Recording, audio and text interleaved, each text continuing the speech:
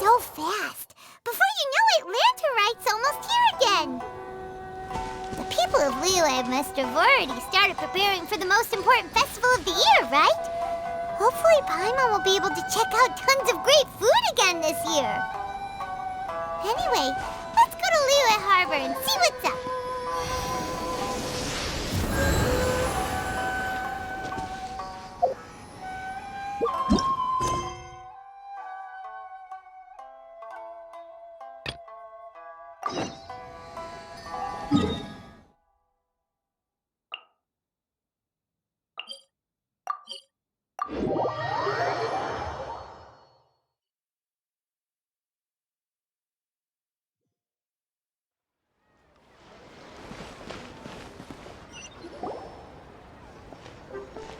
Paimon votes we go say hi to Xiangling first.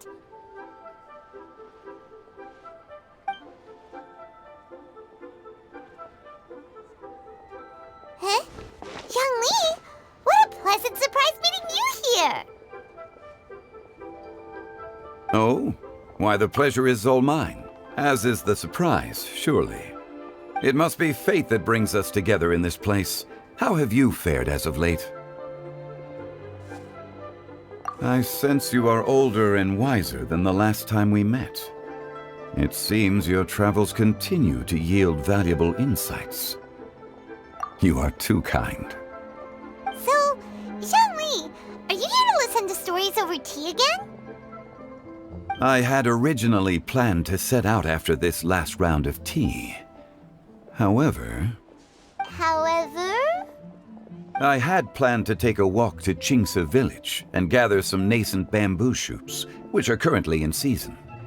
A villager there once gave me a small sample, and they possessed a most excellent flavor. Huh? Nascent bamboo shoots? Why can't you just use normal bamboo shoots instead? Wait, Paimon knows! Because Zhongli prefers the finer things in life, right? Okay, Mr. Particular, let me guess. Ahem. The nascent bamboo shoot has a uniquely tender texture and a delicate sweet taste that its normal cousin cannot match. An astute observation, Paimon. You know me well indeed. Lantern Rite is almost upon us, but besides the bamboo shoots, there are a few other items I have not yet procured from Director Hu's list. May I ask if you have already made arrangements for the days ahead? Well, we were planning to use the opportunity to say hi to some of our friends, but before we were able to figure out a schedule, we ran into you. Well then, might I invite you to imagine the sheer delight that is a soup cooked with the freshest nascent bamboo shoots in all the land. Generous cuts of pork belly and crisp, fragrant bamboo shoots placed together in the pot and left to simmer slowly for half a day. You're doing this on purpose, aren't you? Paimon's onto your plan. You just want to hoodwink us into fetching your bamboo for you. Why, I assure you, I would do no such thing. I merely wish to inform you of the freshest, most succulent and flavorful bamboo shoots one could ever hope to taste. Ugh. Let's go, Traveler. Paimon's taste buds can't take it anymore. Collecting a few bamboo shoots shouldn't take too long. Paimon has got to get her hands on some of that soup. Such fine specimens are indeed well worth the excursion. Very well. I shall leave the bamboo shoots to you. Should you have the good fortune to find some, please share them with me as well. See? Paimon knew he was just bamboozling us. However, there is no need to rush. The streets of Liyue will be bustling with visitors and filled with all manner of celebrations during the festive period. By all means, go wherever your interests lead you. The nascent bamboo shoots would be but a wonderful final touch to a most exceptional feast. What an honor it would be to savor them in the company of friends. We're heading out. Enjoy your walk, Youngly. Take care now, you two.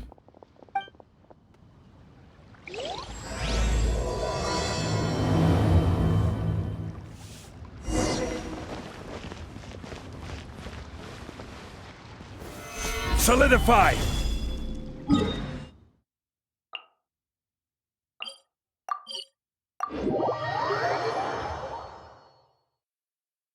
Bamboo shoot, nascent bamboo shoot.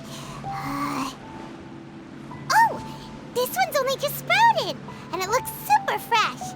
Paimon thinks this is the one.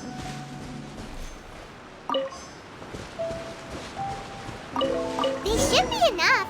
Let's head back. Help! Help! Did you hear that? Someone's calling for help. It's coming from over there.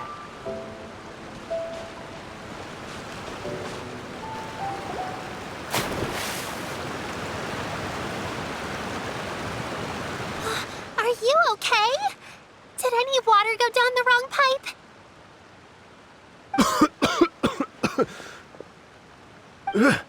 I think I'm okay now. Thank you so much. That was scary. Well, at least you're all right. All thanks to your savior here. Oh, a little girl? Greetings, everyone. My name is Yao Yao. It's a pleasure to make your acquaintance. Whoa, she's so well-mannered. My name's Paimon, and this is the Traveler. I'm Dvorak, a musician from Fontaine. I came through Stone Gate intending to head towards Liyue Harbor, but then I became captivated by the beautiful scenery, and before long, I was completely lost. Just now, I was so mesmerized by the waterfall that I slipped and fell into the water. If it weren't for Miss Yao Yao's help, I shudder to think what might have happened. It's all right, Mr. Dvorak. The splashing around the bottom of the waterfall means the stone path is always wet and slippy. You definitely have to be careful. Next time you're exploring an unfamiliar environment, try to focus on what's right in front of you. Don't let your mind wander. As long as you watch your step, accidents like this won't happen anymore. Yes, ma'am. I understand. I'll remember to be more careful next time.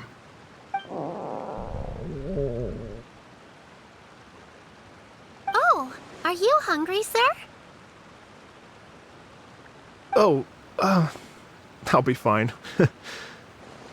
Please, sir, it's quite all right. I was born and raised here in Liyue. It's only natural for me to extend my hospitality to any guests who are passing through.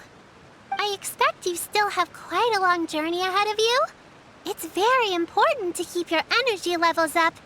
I still have some lotus flower crisps left in my backpack.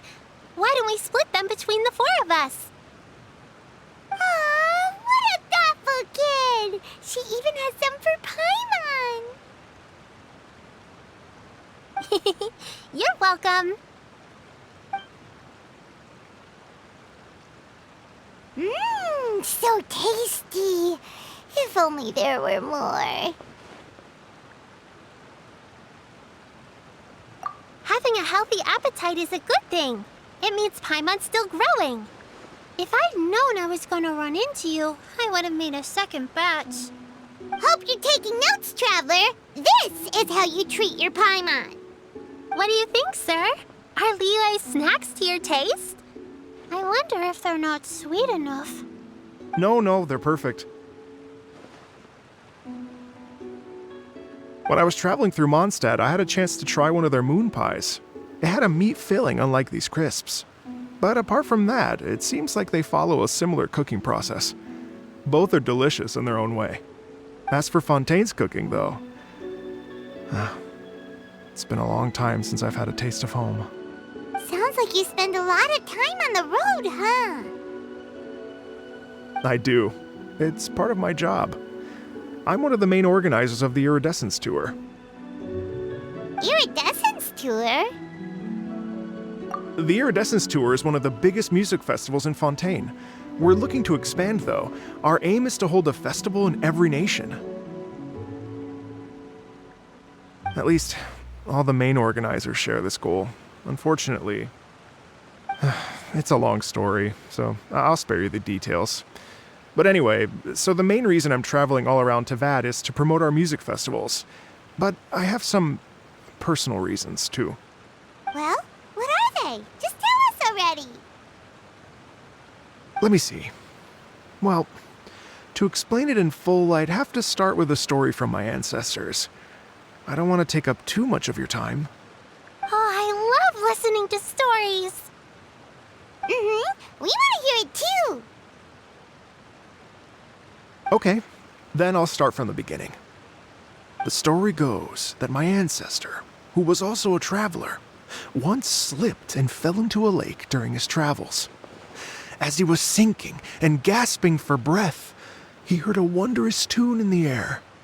They say it was the most beautiful, moving melody he had ever heard. Even in that life and death moment, the ethereal music seized his full attention and almost made him forget the fact that he was drowning. When he finally came to, he found that he had already been brought ashore. Not too far from him stood an unfamiliar woman with an almost divine aura. Once she saw that he was no longer in danger, she left without a word. My ancestor tried to run after her to give his thanks, but although a mere dozen paces separated them, no matter how quickly he gave chase, he drew no closer and remained a dozen paces behind. In the end, all he could do was to bow in thanks to the woman as he watched her walk away towards the rivers and mountains in the distance, before at last he turned around and made his way home. Once he returned to Fontaine, he began to learn an instrument so that he could spread his story far and wide, just like the bards. After generations of retelling, embellishing, and dramatizing, people have come to think of that lady as something like a fairy. The story's become something of a local legend in Fontaine. It's called the Lady Overlooking the Lake. People now say that if you go down to the lakeside and play an instrument, so long as you play a pleasing melody, you will hear a fairy lady who is hiding out of sight, playing along with you. Wow! Well, yes. As it stands now, it's become a touch too romantic and detached from reality. But I understand the original story and its historical grounding better than anyone else. I wanted to find out the truth of this tale. So I decided to retrace my ancestors' steps and search for that lady's modern-day descendants. Of course, there's no way of knowing where my ancestor fell into the lake all those years ago. So I always knew that the search would be akin to looking for a needle in a haystack. I've spent many years on the road now, and I'm nowhere near as fit as I was in my youth. The wish that I've spent half my life chasing after has now become something of an obsession. Well, I haven't lived half of my life yet, but still, I understand how you must feel. I meant too! It's like... imagine if you saved the center of a lotus flower crisp, which is the best part, by the way, because you wanted to eat it another day. But then suddenly, sploosh! It falls into the water, never to be seen again! Paimon would definitely remember that for the rest of her life. There's no need to feel sorry for me. I've made some progress over the years. For example, I've concluded that the story must have taken place in Liyue. Oh, so you finally found a lead? Yes, in fact, that's an intriguing story in and of itself. I'd always known that Mondstadt is the city of song and freedom, but more recently, I heard that the Animal Archon returned to Mondstadt for a festival in the fall, and learned that he himself is a patron deity of music. So I prayed for the Animal Archon's guidance in the Mondstadt Cathedral, and as soon as I set foot back outside the front gate, I noticed a cluster of leaves being blown in the wind further and further west, towards Stone Gate. A friendly local told me that this meant the wind was guiding me in the direction of Liyue, so I followed their advice and made my way here. Right? You get it. I knew I'd find someone that agrees with me eventually. Are you sure? It sounds a bit too much like one of those fake legends told by those treasure hoarder guys to scam gullible grannies from Jingsa Village. Rex Lapis has returned to the world. Just give me some incense and a little more towards the travel fees, and I will pass your gift on to the Lord of Geo and ask him to keep you and your family safe and well. And so on and so on. Don't worry, Yao Yao. have a lot of experience with deciphering omens and stuff. And anyway, you only got scammed if you handed over Mora, right? Actually, to express my gratitude, I did spend rather a lot of Mora on several bottles of fine wine, which I left at the Statues of the Seven along the way. Oh dear. Well, how about this, ladies and gentlemen? Why don't I bring you all to Yujing Terrace to see Miss Ganyu? I don't know very many people, so I can't help you out much. But Miss Ganyu and the Qixing know just about everything. If you've been scammed, they'll help you get your Mora back. And if the wind was telling the truth, and you want to keep looking for that lady's family, they'll be the best people to ask. But you've already helped me so much. Well, I was going to take some new medicinal herbs and plants I picked to Miss Ganyu anyway, so it's no trouble at all. You know what? It's been a minute since we saw Ganyu too. It sure be nice to pay her a visit before Lantern, right? All right. Well, my sincere thanks to you all. I will never forget your kindness. Okay, everyone. Please follow me. I'll be your guide. Remember to watch where you're going, okay? Uh-oh. Paimon's out of a job. Oh well. Paimon will just be a cheerleader instead.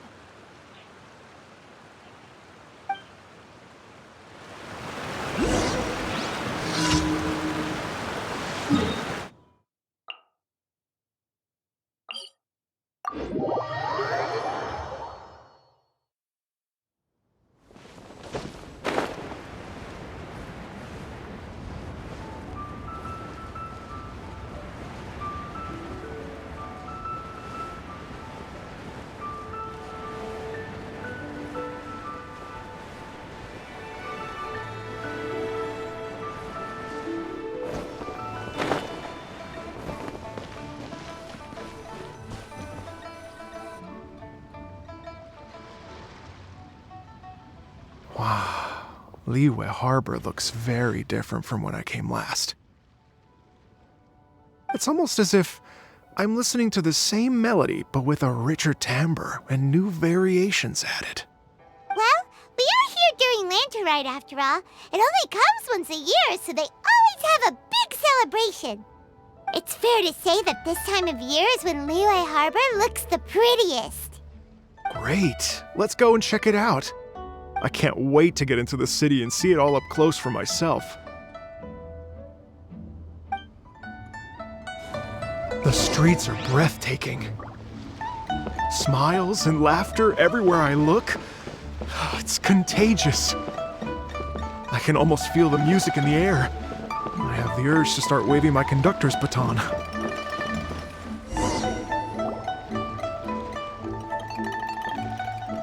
Hey everyone! Fancy meeting you all here. What a nice surprise. Hello, Xinyan. Let me introduce some new friends. They are...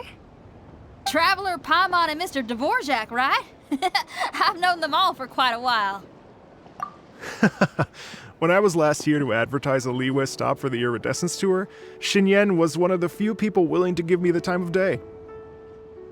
Well, feels like I've been chasing this Iridescence Tour bandwagon halfway around the world, but I keep getting stood up. What's going on, Mr. Dvorak? I'm so sorry, Xinyan. We've had a string of terrible luck recently, and every time we've tried to put on a show, something or other has come up to stop our plans from materializing. Is that right?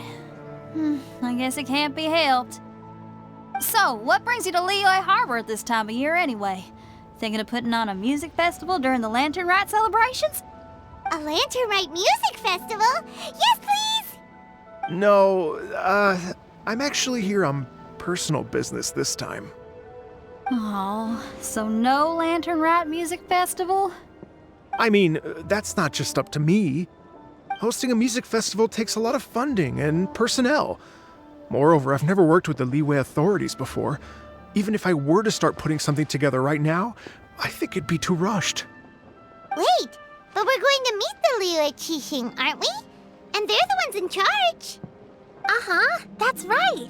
Miss Kuching and Miss Ningguang can make anything happen. You mean...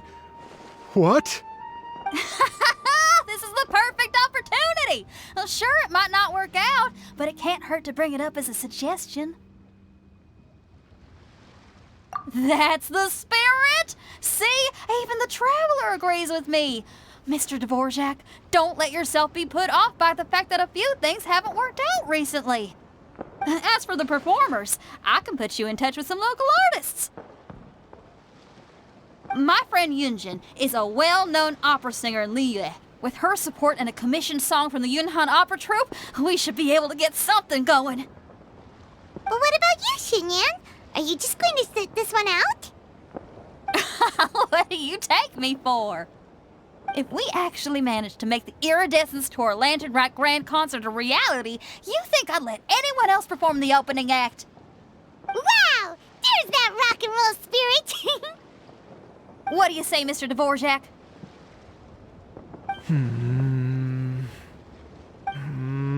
Okay. I'll give it a shot. But the opening act is not something to be chosen lightly, Xinyan. I will judge your work by the strictest of standards, so please make sure you are fully prepared. Are you kidding? I thought you'd never ask. Whew, guess my shopping time's getting cut short. I'm gonna head back right away and start working on this. Yao Yao, if you run into your senior on the way to the Qixing, please send her my regards. Okay, I promise I will. Good luck with your music, Xinyan. You've got this, Xinyan! So about the senior of yours Xinyan mentioned just now, is that anyone we know? Yes, it's Xiangling. She's mentioned you two before. Xiangling's always thinking about cooking.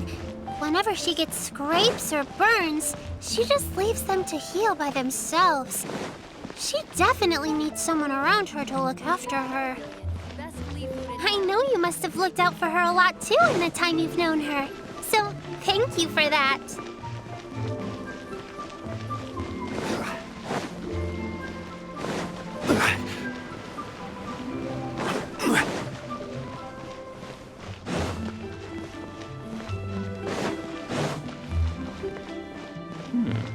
This is a peaceful neighborhood.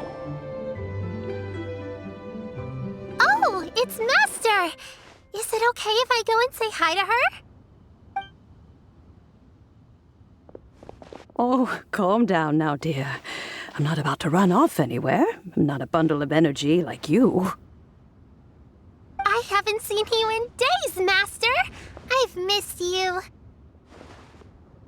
Oh, bless you, Yao Yao. You do say the sweetest things. Ah, look who it is. Visiting friends during the Lantern Rite, are we? You're half right, Madam Ping. We were also trying to help out Mr. Dvorak over here. We were on our way to take him to see the Qixing. Hello, ma'am. I am a musician from Fontaine and an organizer of the Iridescence Tour. I don't suppose you've heard of it. Master! The Iridescence Tour is a super famous music festival! Oh, an old lady like me wouldn't know much about that sort of thing. A music festival, you say? It sounds terribly exciting. Oh, right! Madam Ping, how would you feel about that? You're an elder of Liyue, and you know all about Liyue's cultural traditions. Hearing your thoughts would definitely help us figure out how best to approach it. For example, do you think it might be a bit too modern, or is there any other issue? Why, not at all. Music pays homage to history and culture, and it can also be a bridge between different civilizations. Times change, and the music enjoyed by the youngsters of today is no doubt very different from the tunes I was accustomed to in my youth. Nevertheless, all fine things in life can be appreciated. And so, I look forward to it immensely. Hear, hear.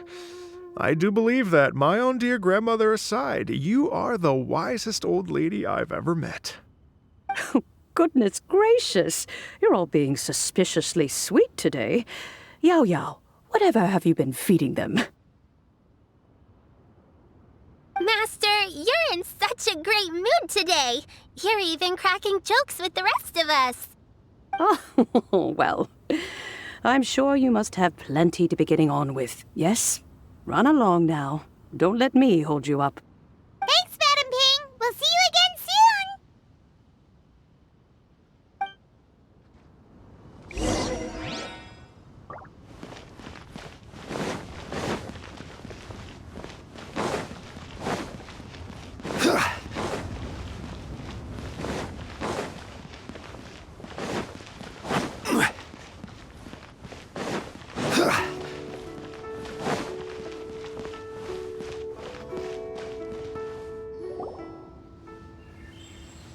And when you meet with the Ministry of Civil Affairs, please remind them that the festivities are not an excuse to procrastinate their work.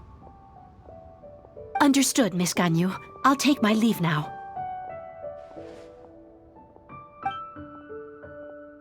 Ganyu! What brings you here, Yao Yao? I've brought all the medicine you asked me to pick for you. Oh, and here's a pack of sweet flower seeds as well. Also, these dried Genshin leaves make a great pot of tea that's very good for you. I know you've had a lot to deal with at work recently, but you shouldn't push yourself too hard. If you're not careful, you'll end up falling asleep in the grass again. Well, this is weird. It's like a responsible younger sister talking to their disorganized older sister.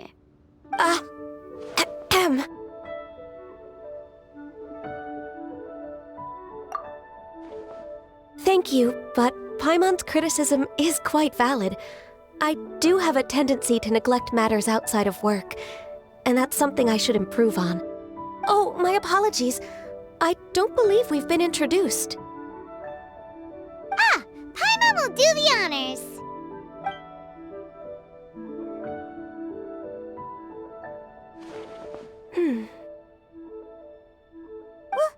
What's wrong?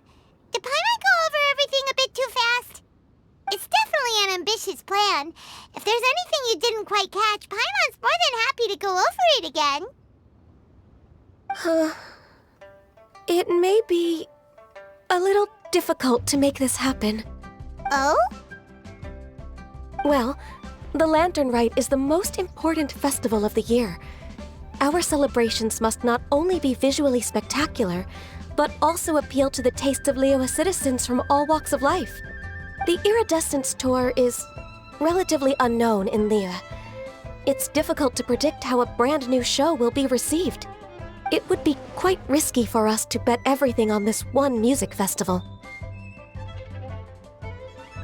All very valid points. I completely understand. Therefore, we will not replace or cancel any of our pre-existing program. However, I will submit a proposal requesting to put the Iridescence Tour special performance as the final act of this year's festivities. Some live music will certainly add to the festive atmosphere on the night of the Lantern Rite. As for the venue, let's reserve a space at the docks. Yes, my thoughts precisely. Now I just need to take some time to give this proposal some polish. As long as I clearly lay out the pros and cons, and highlight the key points of the proposal, given that Ping and the Traveler have both given the idea their blessing, I'm confident that Qixing will be sure to give it serious consideration. Mr. Dvorak, I will need to discuss with you the number of musicians who will be coming to Liyue, as well as their catering and accommodation requirements. Oh, yes, certainly. Let's step to the side and discuss further.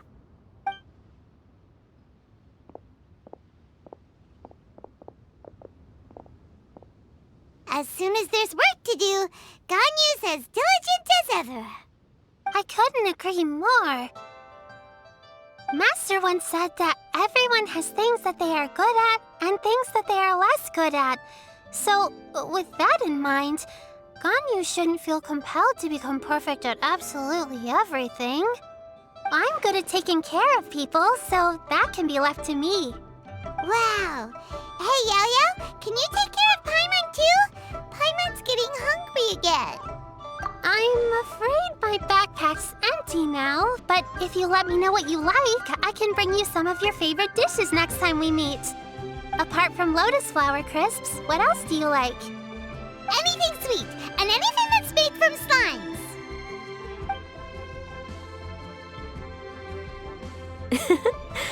Here's what I've drafted so far.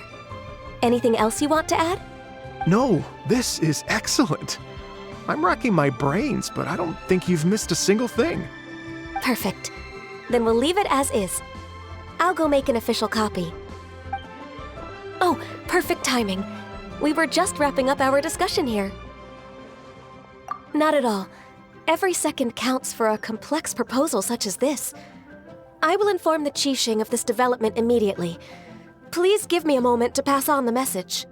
Yao Yao, thank you for bringing my herbs. I will make sure to take them. Remember to make tea from them first, Ganyu. You mustn't just chew them raw.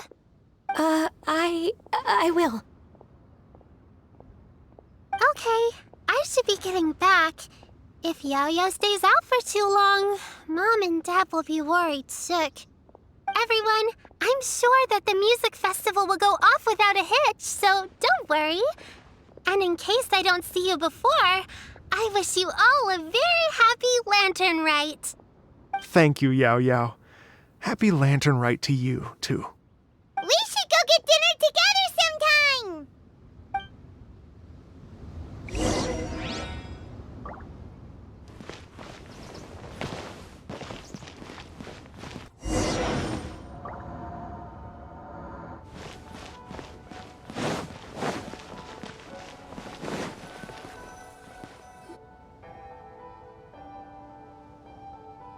Greetings, Traveler, Paimon, and Mr. Dvorak. Call me Kuching. Ganyu has brought me up to speed on everything. I'll get straight to the point. The Qixing have approved Ganyu's proposal. Over the next few days, I will be working with Mr. Dvorak on behalf of the Qixing to facilitate the organization of this concert. Yay! That's awesome! Please, the Qixing have a duty to deal with matters such as these. We have merely moved things forward to the next step. On a more personal note, I am an avid supporter of all things new and innovative. As such, it is my privilege to work with you on this exciting project. Thank you so much, Kuching. I'd become quite discouraged after our recent failures and was expecting the same outcome once again, so I didn't dare to get my hopes up. Never in my wildest dreams could I have imagined this going so smoothly. It's like a dream come true. Right, time for me to call in the performers. To stage a concert at a high-profile event like this is a rare opportunity. We'll make sure it's a night to remember. Yes! Our music band's finally getting fired up! Yes, indeed. I know exactly what I'm doing from here. For a musician, music will always be the language they are most fluent in. Oh, that. Well, that can wait for another time. Oh. Ganyu? What's wrong? They told me all about Mr. Dvorak's situation, but I was so engrossed in drafting the proposal that I forgot all about it. Oh, that's quite all right. I don't even know what the person I'm trying to find looks like, so it was always going to be a long shot. Don't worry about me, Ganyu. Your time and energy are needed elsewhere. I'm sure you already have plenty to deal with between this concert and everything else going on during the Lantern Rite. Thanks. It was just that I had a few initial thoughts when I heard your story. For instance, I wonder if this lady your ancestor met might have been an Adeptus. What do you think? To tell you the truth, Mr. Dvorak, I am somewhat related to the Adepti myself. I am part human and part Qilin. The Qilin is an illuminated beast. I know how important your quest to get in touch with your roots must be to you, because I've been there myself before, trying to find out where I belonged. Did you say the Adepti? And you're illuminated beast? Part Qilin? Are you telling me all the rumors of the Liyue Adepti are real? So it's not just artistic license?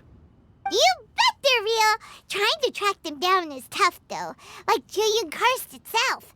There's nothing specifically stopping you from going there, but getting in and out of there is quite an ordeal. Yes. Anyway, if you're looking to uncover a lost melody or shine light on a forgotten aspect of Liyue's cultural history, I'm probably not the best person to ask. But if it's a person you're looking for, then I just might be able to help.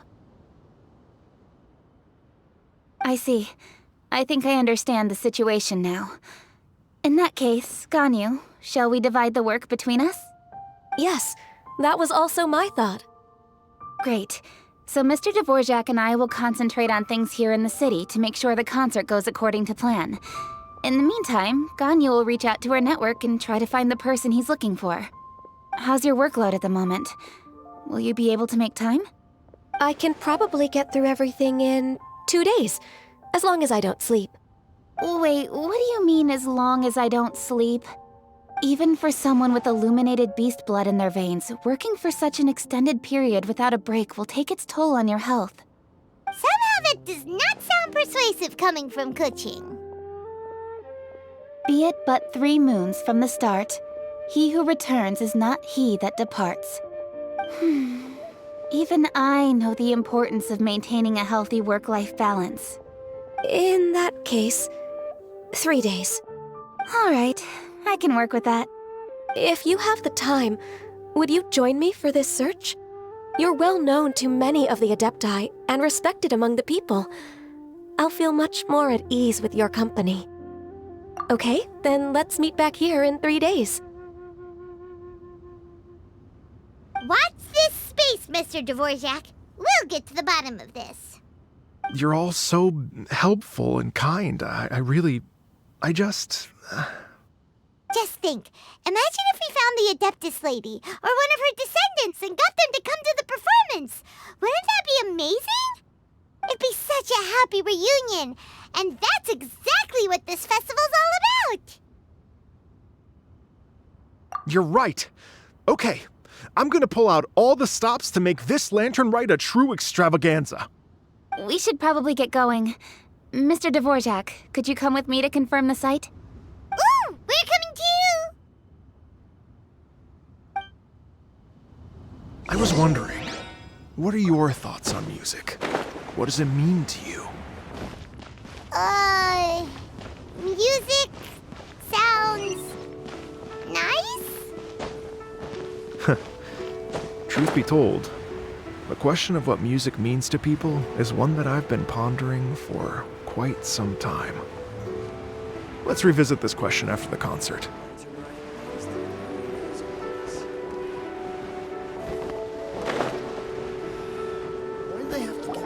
Lady Yuhang?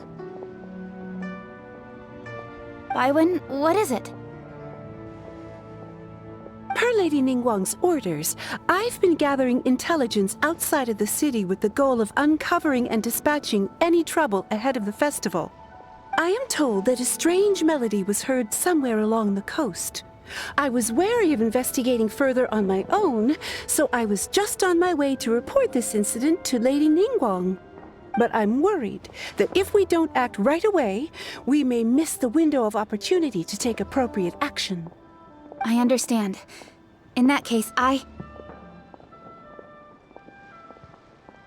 Kuching, you're busy enough as it is. There's a ton of different things in the city that needs your attention. Leave it to us. Don't worry. Whatever it is, we'll definitely be able to handle it. Well, she will handle it.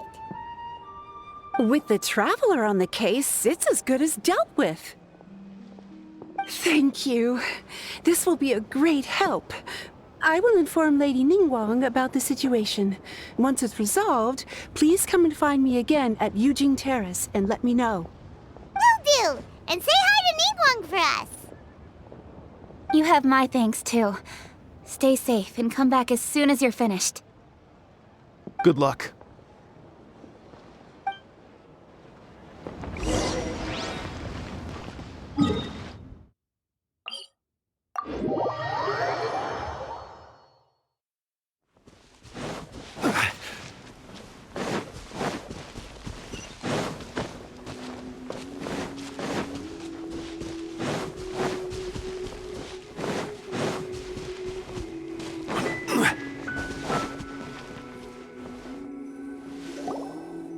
said this strange tune was coming from around here, right? But Paimon doesn't hear anything. There doesn't seem to be a soul in... I was just wondering who in their right mind would come out to a place like this. So, it's you two. Yeon! How'd you sneak up on us like that? You nearly gave Paimon a heart attack! You look pretty alive to me. Can't have spooked you that bad. Fair enough. Ah, you're here for that too? Saves me a bit of explaining. Come with me. I've already reconned the perimeter, so we should be safe.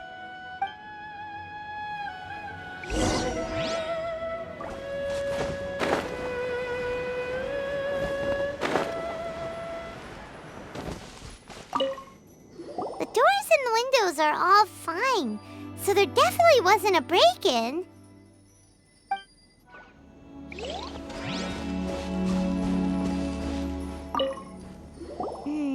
The stuff by the door is in pretty good condition, though. It can't have been too long ago that someone was last living here.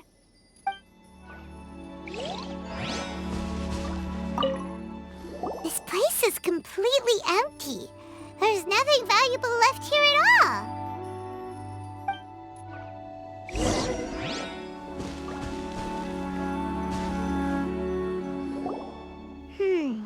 How strange. It looks like it's been looted, except for the fact that there's no sign of a struggle. The bad guys could have sneaked in while the owner was gone, but then how do you explain why the door and windows are intact? Seems you've done a pretty thorough inspection. So, any theories on what might have happened here? Yeon, you didn't hide some of the evidence from us on purpose, did you? Why would I make this more difficult for you? We're on the same side here. Okay, well... Paimon gives up then. Paimon's got nothing. What about you? Give up as well? Yep. It's not obvious at first sight, that's for sure. To be honest, I was only able to put it all together because of some background knowledge about this area. A long time ago, there used to be a group of bandits in the Liyue countryside who would sound a horn every time they were about to raid a village. But it wasn't a rallying cry to rouse their fellow men. It was a disconcerting tune, meant to intimidate the weak and warn them of their impending doom. To escape with their lives, the villagers would abandon their homes and flee overnight, taking only their most valuable belongings with them. Everything else was left behind. The bandits were eventually brought to justice, but the fear and trauma remained in the villagers' hearts. Whenever they heard that melody, they would feel like their lives were in danger once again, and flee immediately. The culprit of this crime exploited that very fear to get access to this house without having to force their way in. Whew! That's quite the story. The victims obviously will have gotten quite a fright, but at least they won't be in any great danger. The important thing now is to find this copycat criminal. On any other day, that'd probably be a good idea. Unfortunately, it's not gonna work today. Take a look around and you'll see what I mean. This criminal is clearly well-versed both in using music to commit crimes and in making a clean getaway. Not only did they stay off the muddy road to avoid leaving footprints, it looks like they were also careful not to bring any gadgets with so much as a trace of elemental energy. Evidently, they were intent on keeping even the most experienced investigators off their trail. Unfortunately for them, I'm one of the best trackers in the business. They're not about to get away with their little scheme on my watch. So basically, if we want to find the culprit, we just need to follow Yeon.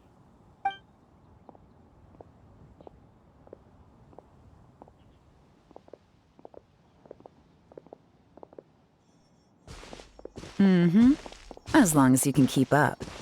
Since the culprit's trying to be cautious and low risk, I'll bet they left through an area with some vegetation for cover, but not so much that it would slow them down.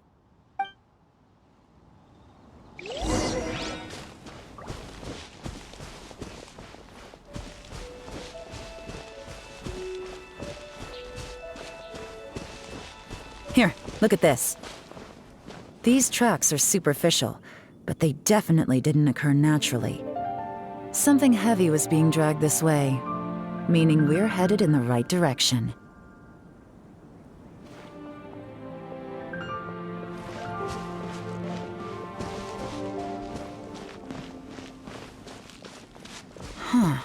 Their pace has increased. Normally, people carrying a heavy load slow down as their journey goes on and they start to tire. Whatever's motivating them to speed up must be psychological. For instance, reaching the home stretch.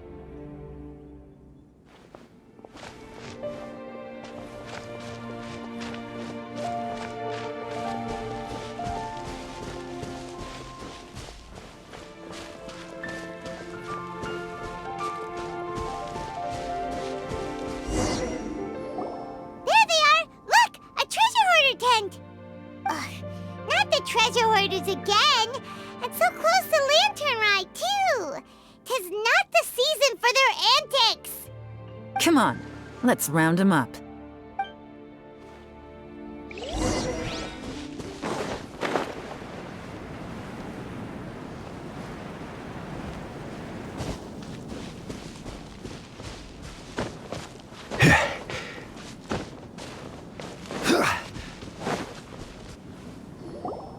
Hey! Who are you? Where did you come from? The evidence is conclusive. Okay, confess and we'll go easy on you. My patience is running low, so why don't you do us both a favor, You kidding me? You think I'm scared of you? Perhaps not, but you should be. Busted! Curses.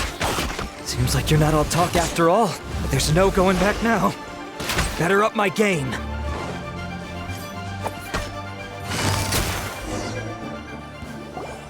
Mercy! Have mercy! Oh, it's a little late for that. I've come this far, I might as well finish the job. I surrender! I surrender, please! I'll do whatever you say! Please have mercy! Tell us everything. You have one chance, and I'm warning you. Don't make me ask twice. I won't, I swear!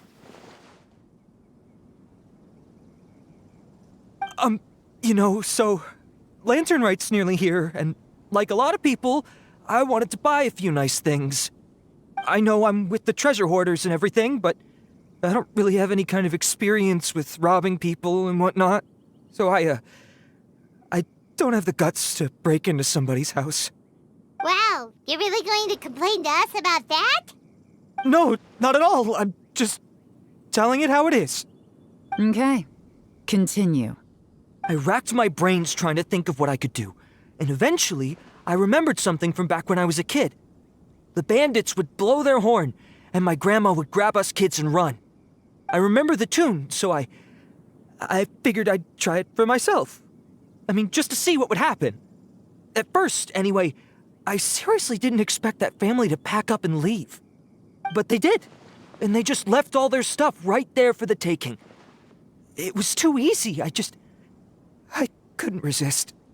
It was completely wrong of me, I know that now. I'll return everything that I took. It's all still in perfect condition, and it'll be like it was never gone. Please, give me a chance, huh? Let me make it right. Give you a chance, huh? Sounds to me like you'd rather strike some kind of a deal than spend Lantern Rite behind bars. Yes? Yes? You know how to bargain, I'll give you that. It's just a pity that you didn't confess at the first opportunity. You'll have to take a walk with me. Once we've returned the goods, we'll find the owner of the house, and you can apologize to them in person. After that, I'll escort you to the Ministry of Civil Affairs. Yes, ma'am! You know, as a former victim of this kind of crime yourself, I doubt anyone understands the fear you inflicted quite as well as you do. Does your greed matter more to you than your fear? More to the point, if you can play a tune from memory, don't you think you should be capable of making an honest living? You mean... That's enough hints for you. You'll have plenty of time to reflect on all of this yourself. There's not much left to wrap up, so I'll take it from here. Guess this is where I'll say goodbye. What is it? Is there something else?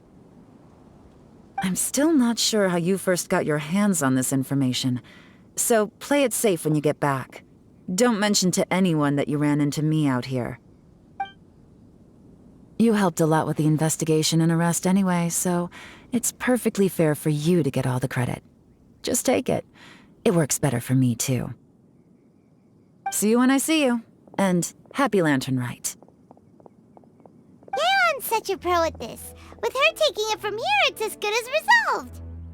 Whoosh! Random event, a strange melody, complete. Although, it's kind of a shame that we never got that treasure hoarder guy to play the melody again.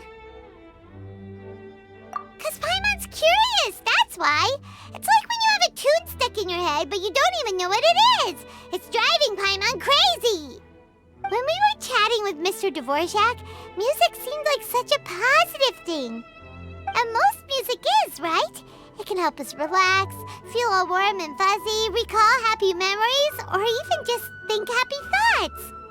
Paimon never imagined that music could be used to commit crimes. Oh, really? Huh. Makes sense. Paimon's musical understanding improves again! Well, anyway, now that everything's resolved, let's get back to Liyue Harbor. Byron's still waiting for us with our random event rewards.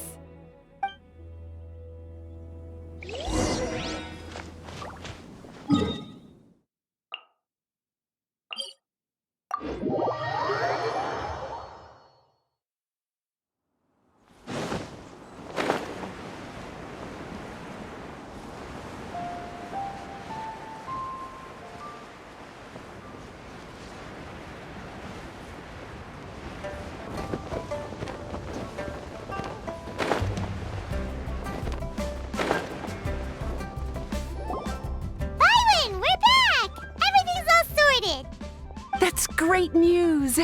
Oh, please wait here a moment if you would be so kind. Lady Ningguang instructed me to advise her upon your return.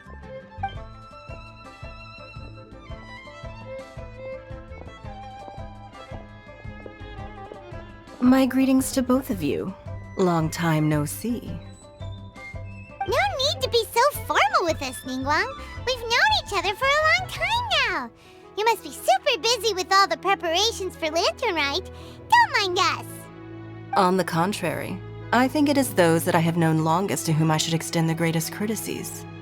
Alas, on a different day, I would invite both of you inside for some tea and a brief respite from your travels. But you're quite right. Trivial matters aside, there's no escaping the fact that we have a grand concert to organize.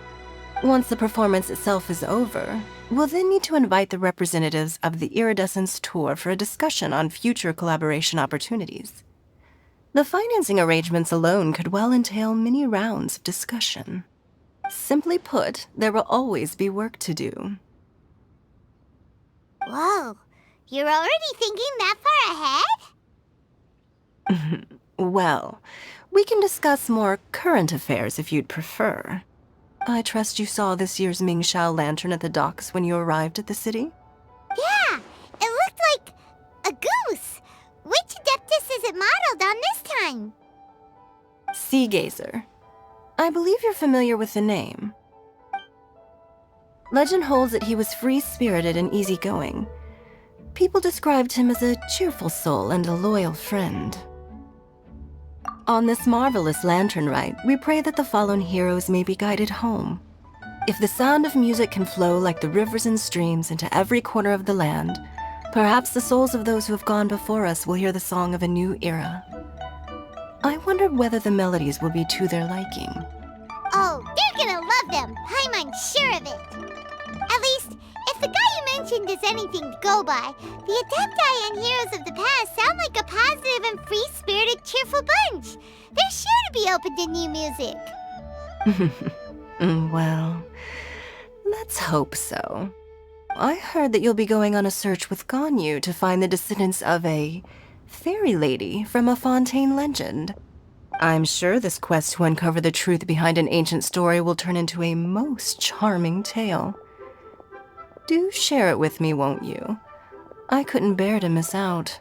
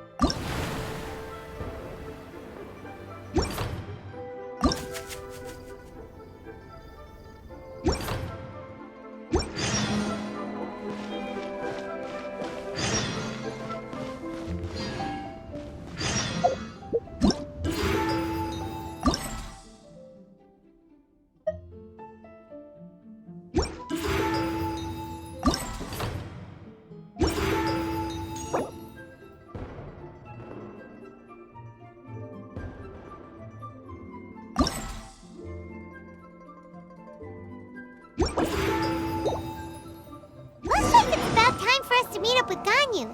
Let's head to Eugene Terrace.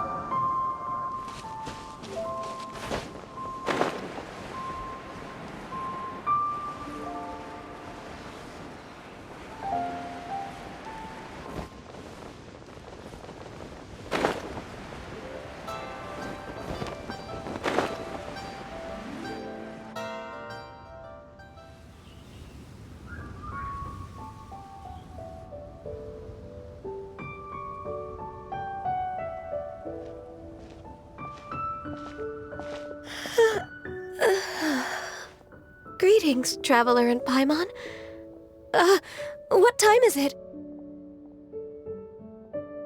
Are you okay, Ganyu? You were nodding off there. Didn't you sleep well last night? I'm fine. Don't worry about me. Let's discuss the matter at hand. Since last time, I've been thinking a lot about the story Paimon told me. In essence, someone rescued a drowning man and performed some music. If that were all there was to it, it could have been many people, human or Adeptus. But the tune was allegedly so wonderful that the drowning man forgot about everything else, even his own impending death, and only came to his senses after being brought to shore. Perhaps there was an adeptal power at work in that music that he, as a mortal, could not perceive. Or perhaps he sensed a power surrounding him but lacked the words to describe it, not knowing where it came from.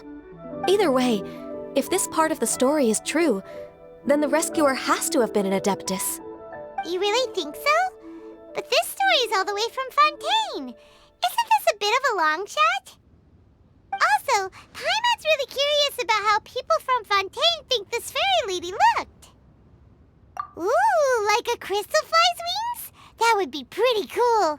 But Paimon definitely can't imagine any of the Adepti looking like that. Actually, Ganyu, if you had to save a drowning person, how would you go about it? Huh? Me?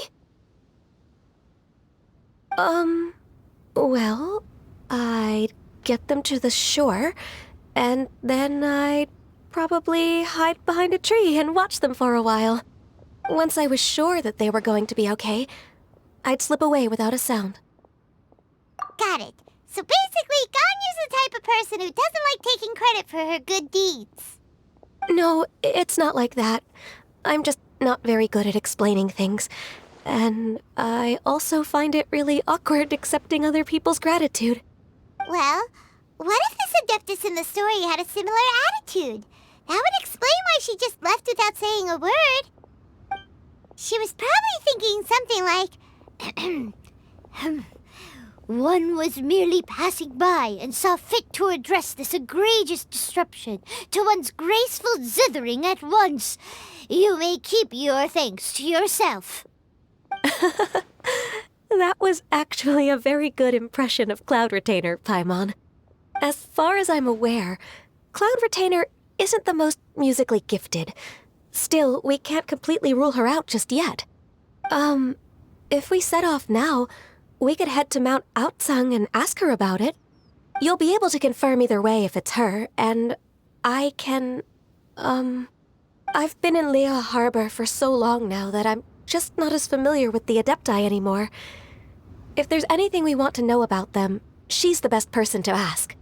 Sounds great! And we're pretty close with Cloud Retainer by now, so we probably don't even need to bring her food this time, right? I've prepared a gift for her to mark the festival, just in case. However... Cloud Retainer spends most of her days studying mechanisms in her abode. She's on her own so much of the time that the moment she has someone to chat with, she just... Never mind. I promised I'd help Mr. Dvorak, and now that I've made the contract, I can't be having second thoughts. Traveler, Paimon, let's set off for Cloud Retainer's abode. Seems like this is a tough decision for Ganyu, but she's made up her mind now. Paimon gets why she'd be so anxious. Okay, how about this? If Cloud Retainer tries to start telling stories about her again this year, we should pipe up and change the topic. Wait, did she leave already? Hey, Ganyu, wait up!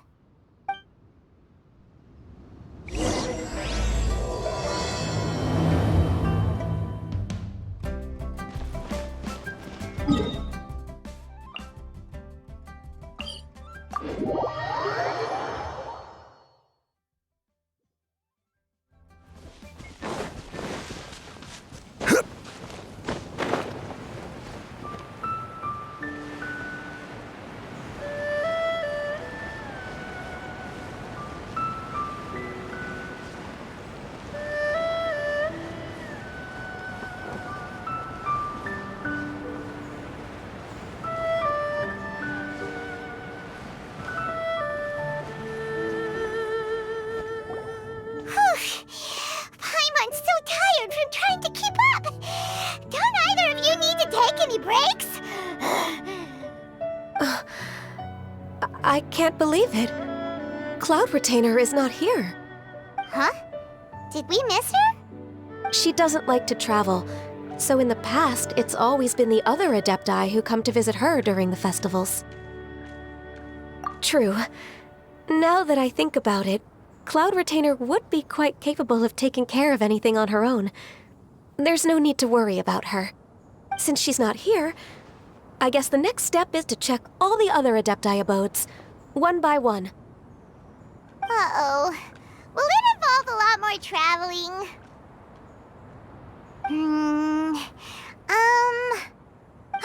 Got it! Paimon has a great idea! Please go on, Paimon.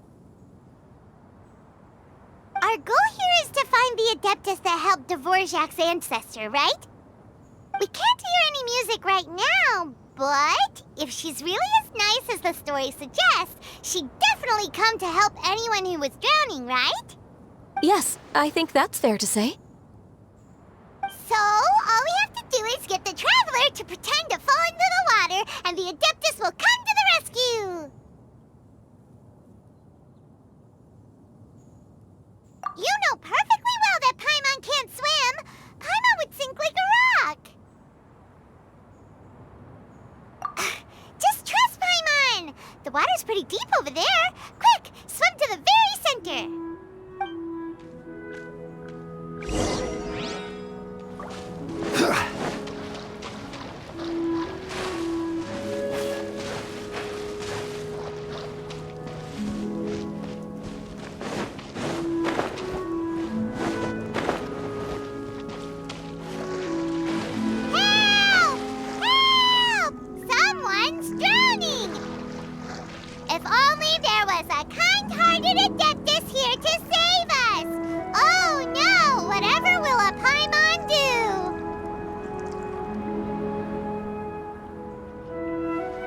What is going on?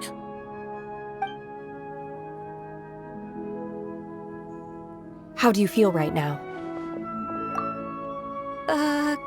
Shenhe! And the Conqueror of Demons! Why don't you say something? Please don't make Paimon explain it. Okay, fine. Paimon will explain. We're looking for an Adeptus who's good at being a lifeguard and playing music. But if the Adepti aren't gonna stay home, then how are we supposed to find them? It wasn't me. Yeah, so this Adeptus is most likely a woman. And I am not an Adeptus, as you both already know, Traveler and Paimon. Okay, so this is Paimon's fault. No way Paimon would have suggested this idea if she'd known how awkward this was gonna be.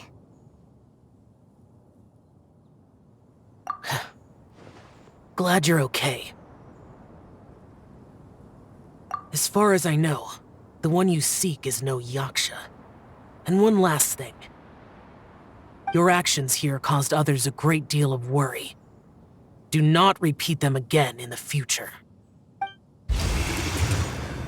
As ever, the conqueror of demons comes and goes, just like the wind. Right. I didn't dare to say a word just now. How's your training going, Shenhe? Have you made any plans for Lantern Rite? We could spend it together in Liyue Harbor if you'd like. I had planned to spend the festival with Master this year. However... Oh, speaking of Cloud Retainer, when did you see her last? Earlier this morning, she set off for Mount Hulao at dawn. I noticed she was using an Adeptus art of some kind to protect a mechanism that looked like a boiler. Maybe it was a gift for Mountain Shaper. I did not inquire. So we just missed her. Please excuse me for a moment. I think I'll leave the gift in her abode. Sure. Thank you. It sounds like Ganyu and Shenhe have gotten a lot closer recently. Yes. During the summer and winter, I continued to train with Master.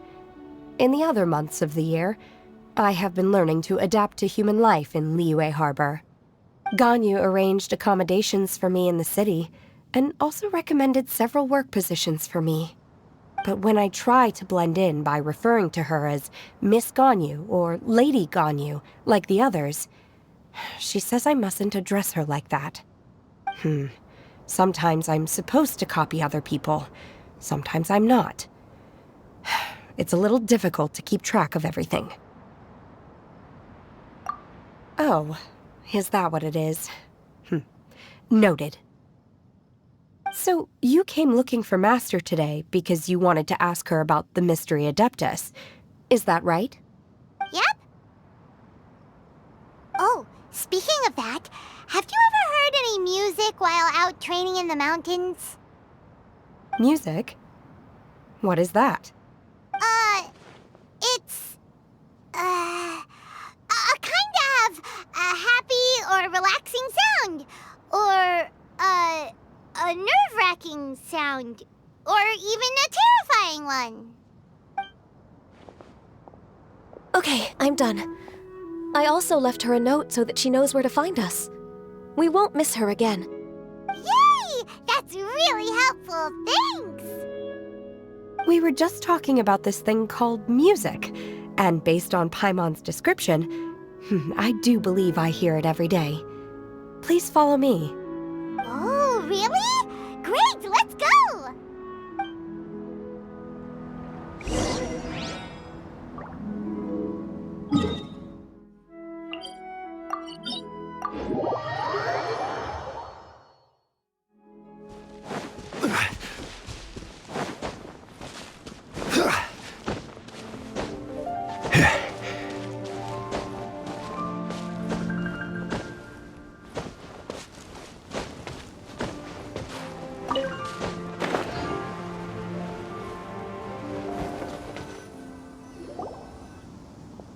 This is the place. I enjoy training here to the sound of music.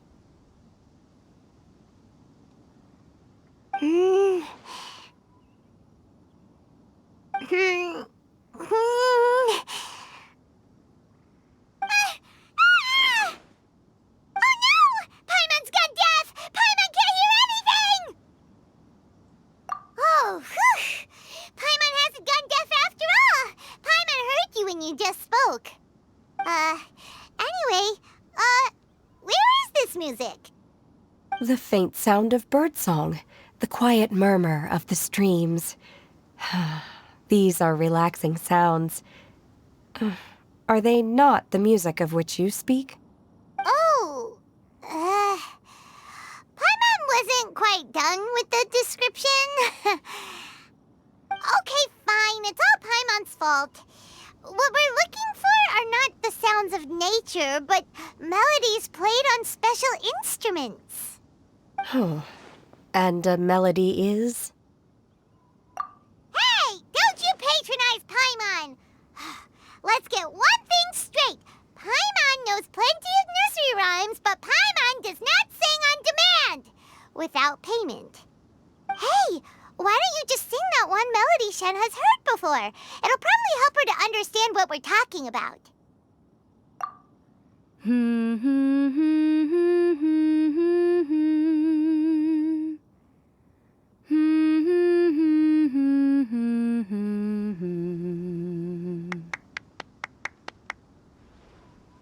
Oh, was that from the opera that Yunjin sang?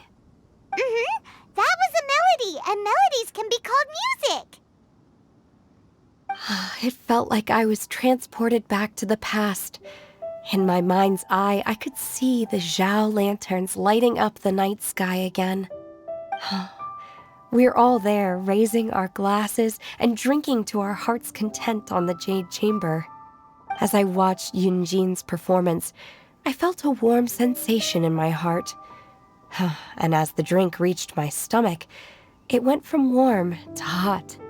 When you hummed that melody just now, feelings from a whole year ago came right back to me, as strong as they were on that day. So that's the power of music.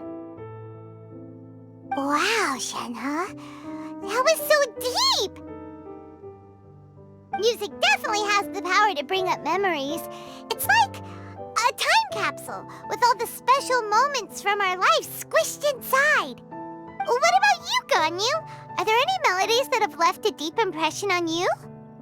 I don't remember if my parents ever sang any lullabies to me.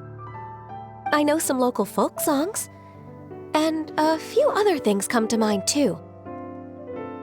The songs of the sailors down at the docks, the little ditties that the vendors call out in front of their beloved shops, the tunes of folk artists performing on the streets. Yes, that's right. In the past, whenever I heard the sound of those tunes, I always felt that they were worlds apart from me. Nenny and Liyue probably view me as a non-human. And they are right, in the sense that I never could connect with humans' artistic expression and their sentiments. So I haven't been able to integrate into their community and be a part of their lives. At least, that's the view I held in the past. Only more recently did I start to realize that the only barriers are ones that I have erected with my imagination. The way those melodies make me feel isn't all that different from other people after all. They're about mundane details of everyday existence. Life's ups and downs, joys and sorrows. Even though we come from different backgrounds and have different stories to tell, when it comes down to the most common things that we see and experience around us each day in the city, in that sense, we're all the same. You go, Ganyu! You're really making progress. You have loads of friends in Liyue Harbor when you think about it.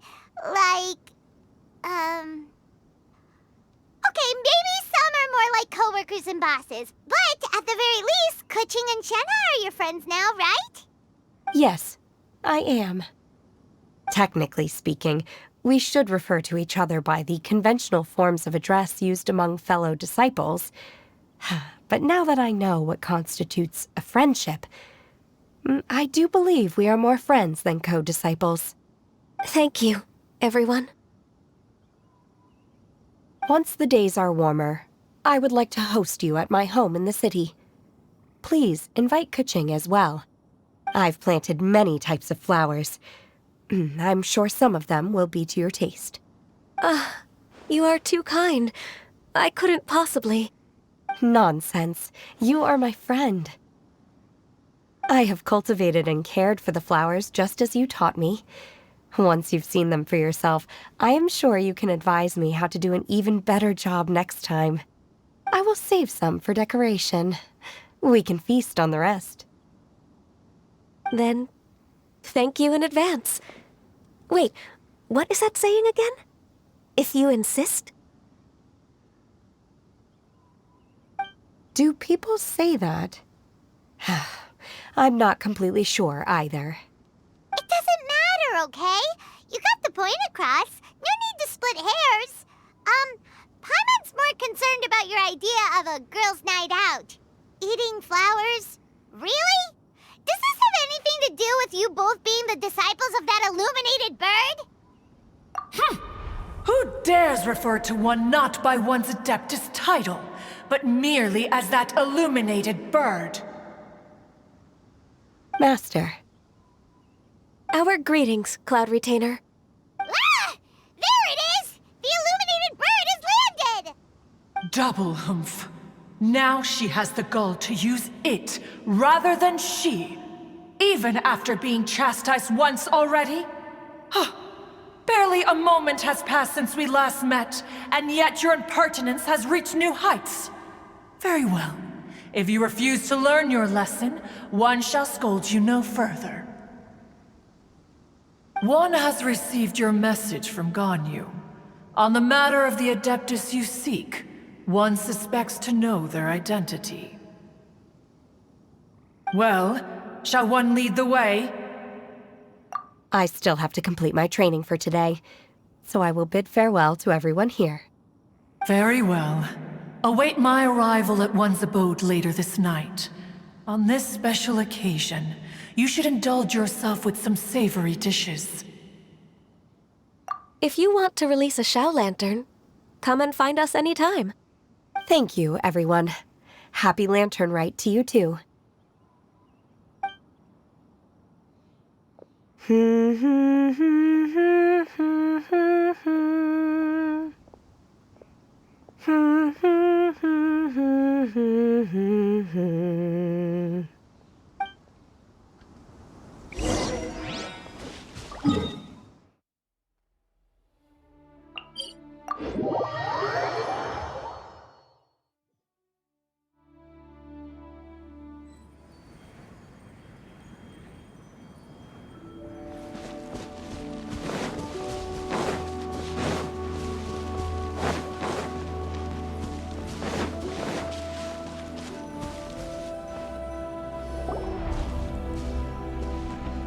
Is this Quaily Plains? Cloud Retainer, why did you bring us here? Ganyu is of course familiar with the name Guizhong, but have you ever heard of her? Guizhong is another name of Agentis, the god of dust. She was extroverted in nature and adored social gatherings and inventions alike. Long ago, this region was yet a prosperous assembly. Guizhong often invited her friends to visit her home, reserving for us seats around the largest stone table. Seagazer would always bring out his latest treasure and place it upon the table. He could be quite the braggart. Though usually a mild-mannered fellow, when it came to those collectibles he was so fond of, he always loved to show them off. Paimon remembers that name. So that's what Seagazer was like. He was an old friend and a former rival. One has many memories of him. Once he had brought out the treasure, it would predictably become the center of attention. Neither Guizhong nor one was content to let him just steal the spotlight. So we would then also present our proudest mechanical creations. As Adepti, we were each gifted in our own ways, and naturally proud of our accomplishments in our respective fields of expertise. As a result, one often quarreled with Seagazer. His treasures were not even of his own making. He just used his exploration skills to dig them out of the ground. How, pray tell, could he compare to me, when every single one of one's accomplishments were crafted by one's own hand? Cloud Retainer, you are getting competitive again. One digresses. Regardless, every time an argument occurred, Guizhong would come over to watch us during our mutual lambastics. On some occasions, she would join in, and on others, she'd take one of us by the limb and start uttering the most ridiculous nonsense. What kind of nonsense? No kind of nonsense were we spared. Sometimes she would brazenly opine, why argue between yourselves when neither of you could ever hope to beat me? Other times, she would make unsolicited suggestions, such as, once you two are done arguing, let's go to the foot of the mountain and grill some meat. She always sought to make everyone happy, and one must say, she had quite the gift for it. No matter what nonsense she said, one never felt bothered or offended. It also helped that she never referred to one as that illuminated bird or ladybird. Come on, get over yourself!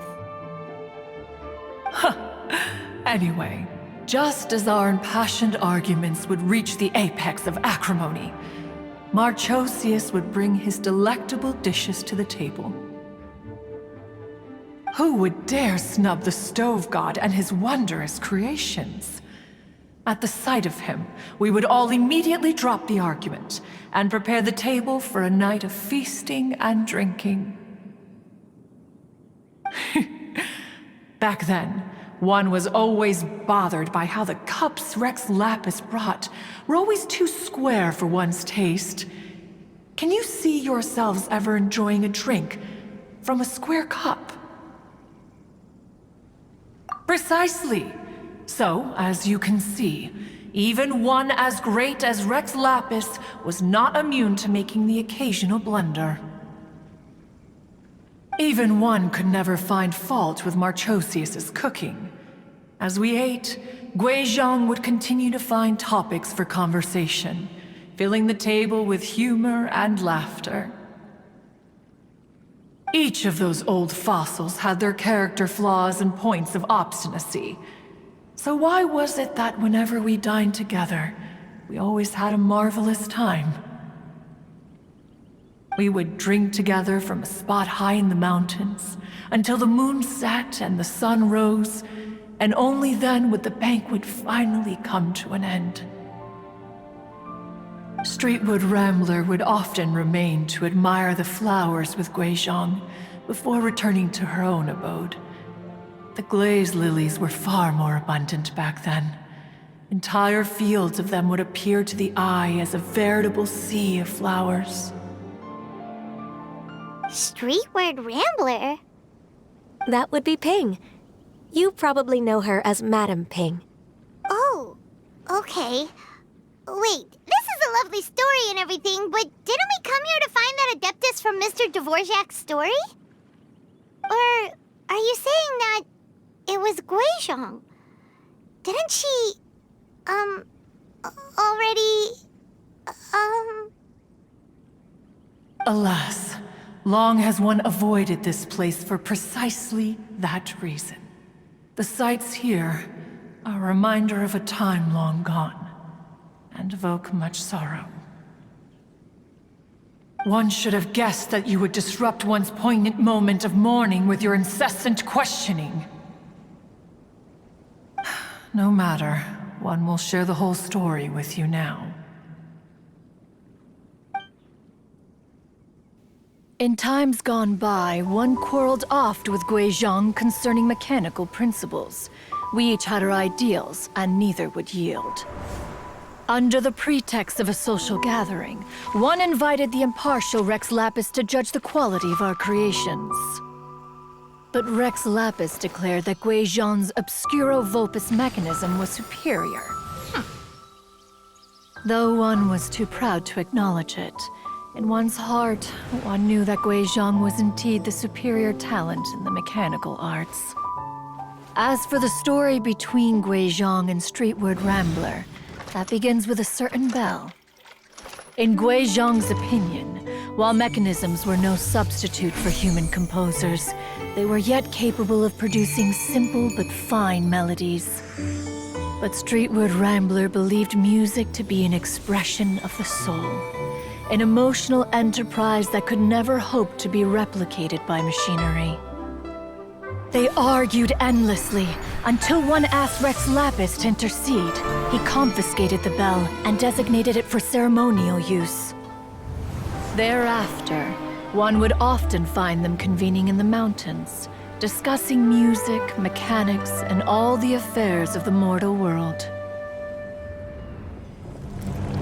But these good times were not to last.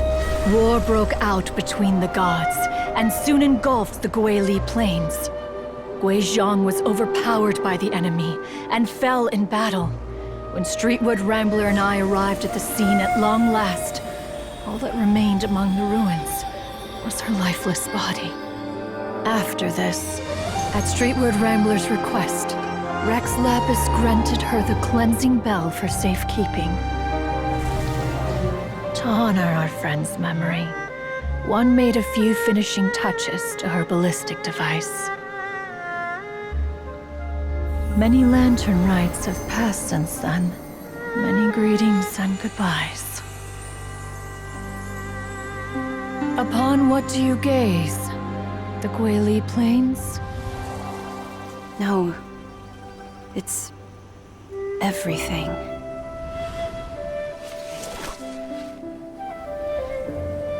We think of human life as like a lantern that's lit one minute and extinguished the next.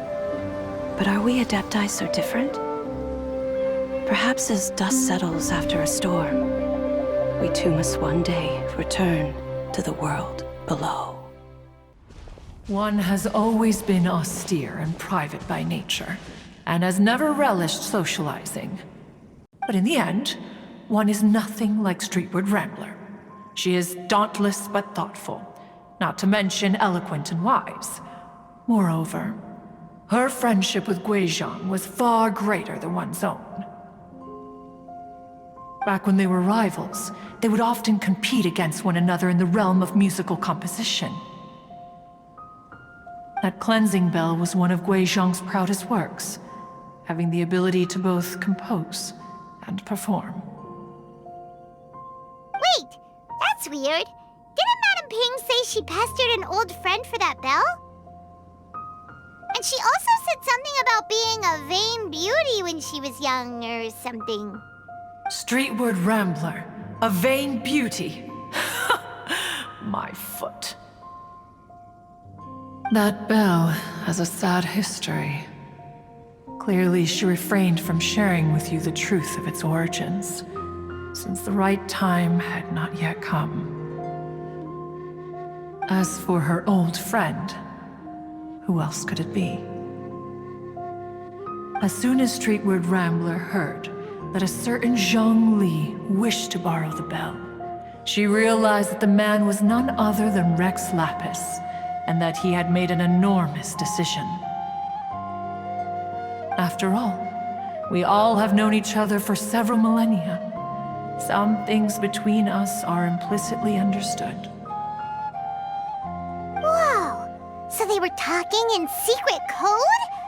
Oh, Paimon did not see that one coming. Enough of your intrusions. Where was one up to? Ah, yes. One remembers now. The cleansing bell is powered by a mechanical art, and can be used to great effect as an accompanying instrument. After the passing of its creator, it was used on numerous occasions during rites of parting. But Streetward Rambler did not acquire it from Rex Lapis for the purpose of producing further funerary tunes. No. Each time she rang it, it was to play the tune that Guizhong composed on it. The two once clashed over their beliefs about the meaning of music. Who would have thought that with Gui Zhang's passing and Streetward Rambler's mourning, two tunes composed in discord would eventually become one harmonious composition?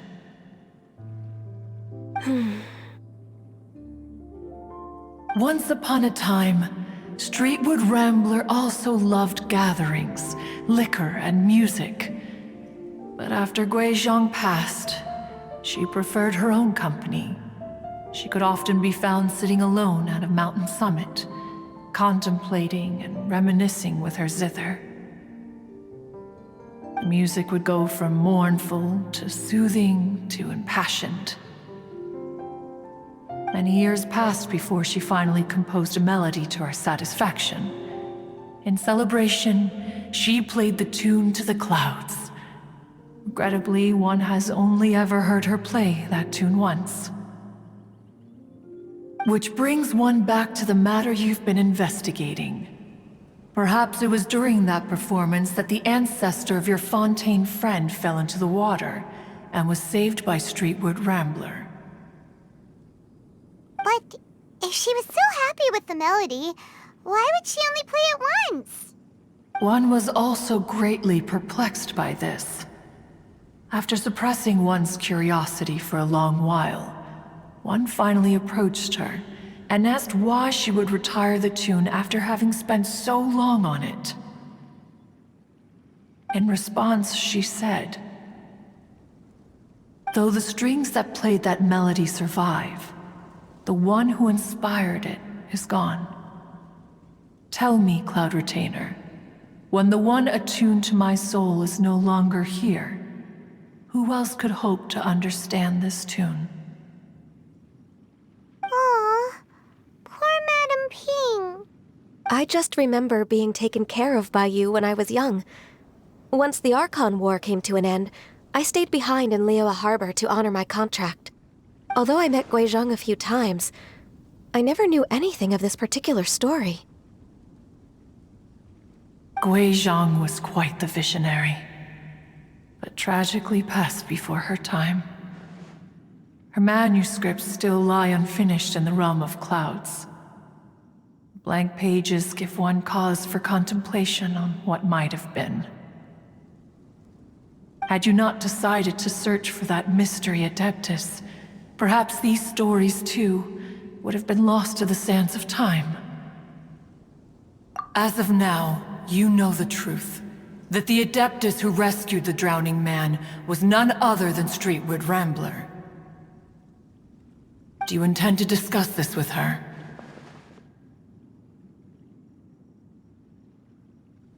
Do you mean Ping might find the topic too distressing? Precisely.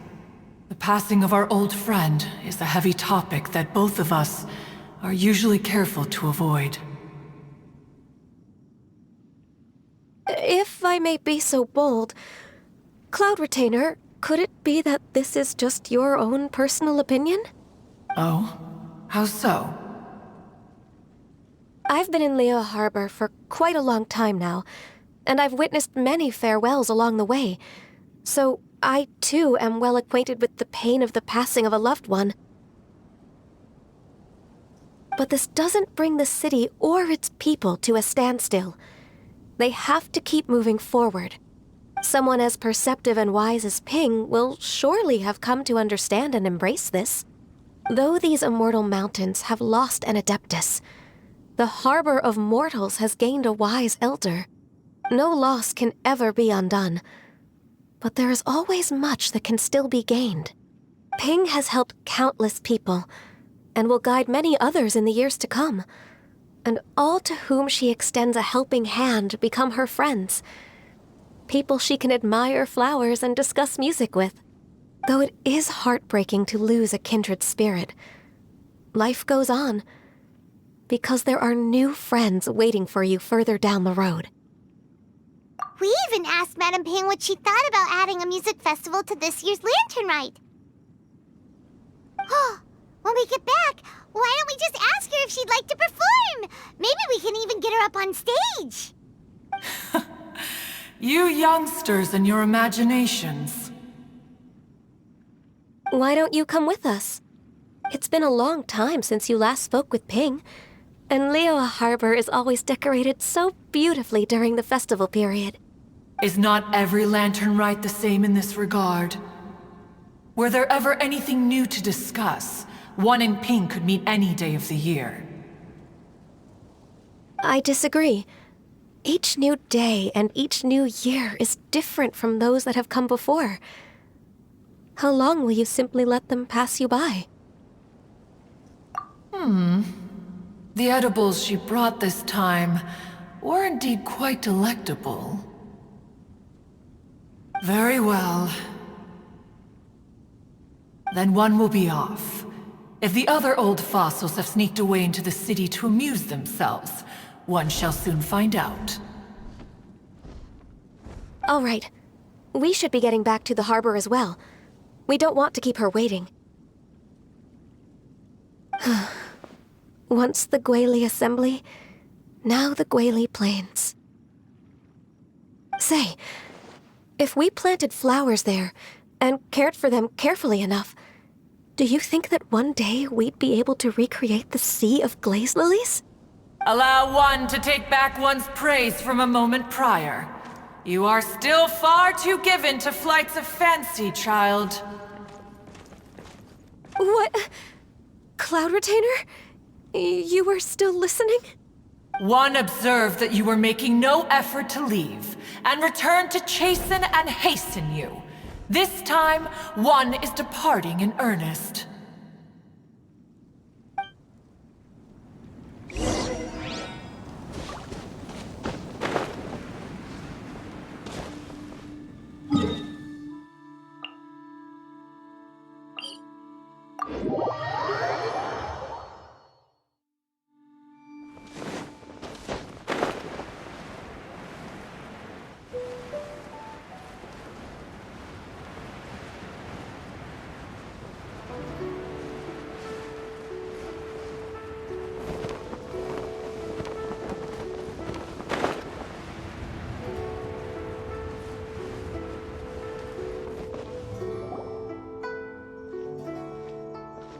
Whoa!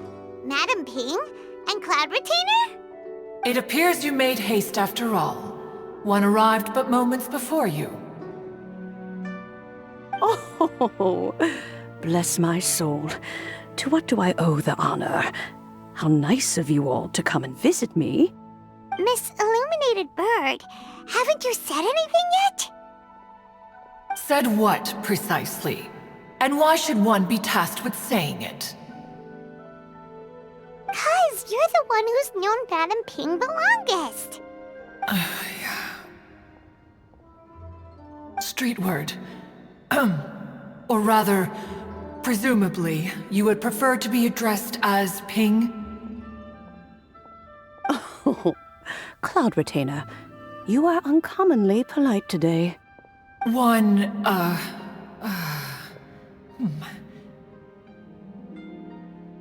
Given that Lantern Rite is almost upon us, the weather in the city is most pleasant, and a sweet floral fragrance lingers in the air. Ganyu, please continue from here. Huh? All right. So, this all started because we were trying to help Mr. Dvorak find the Adeptus who saved his ancestor's life.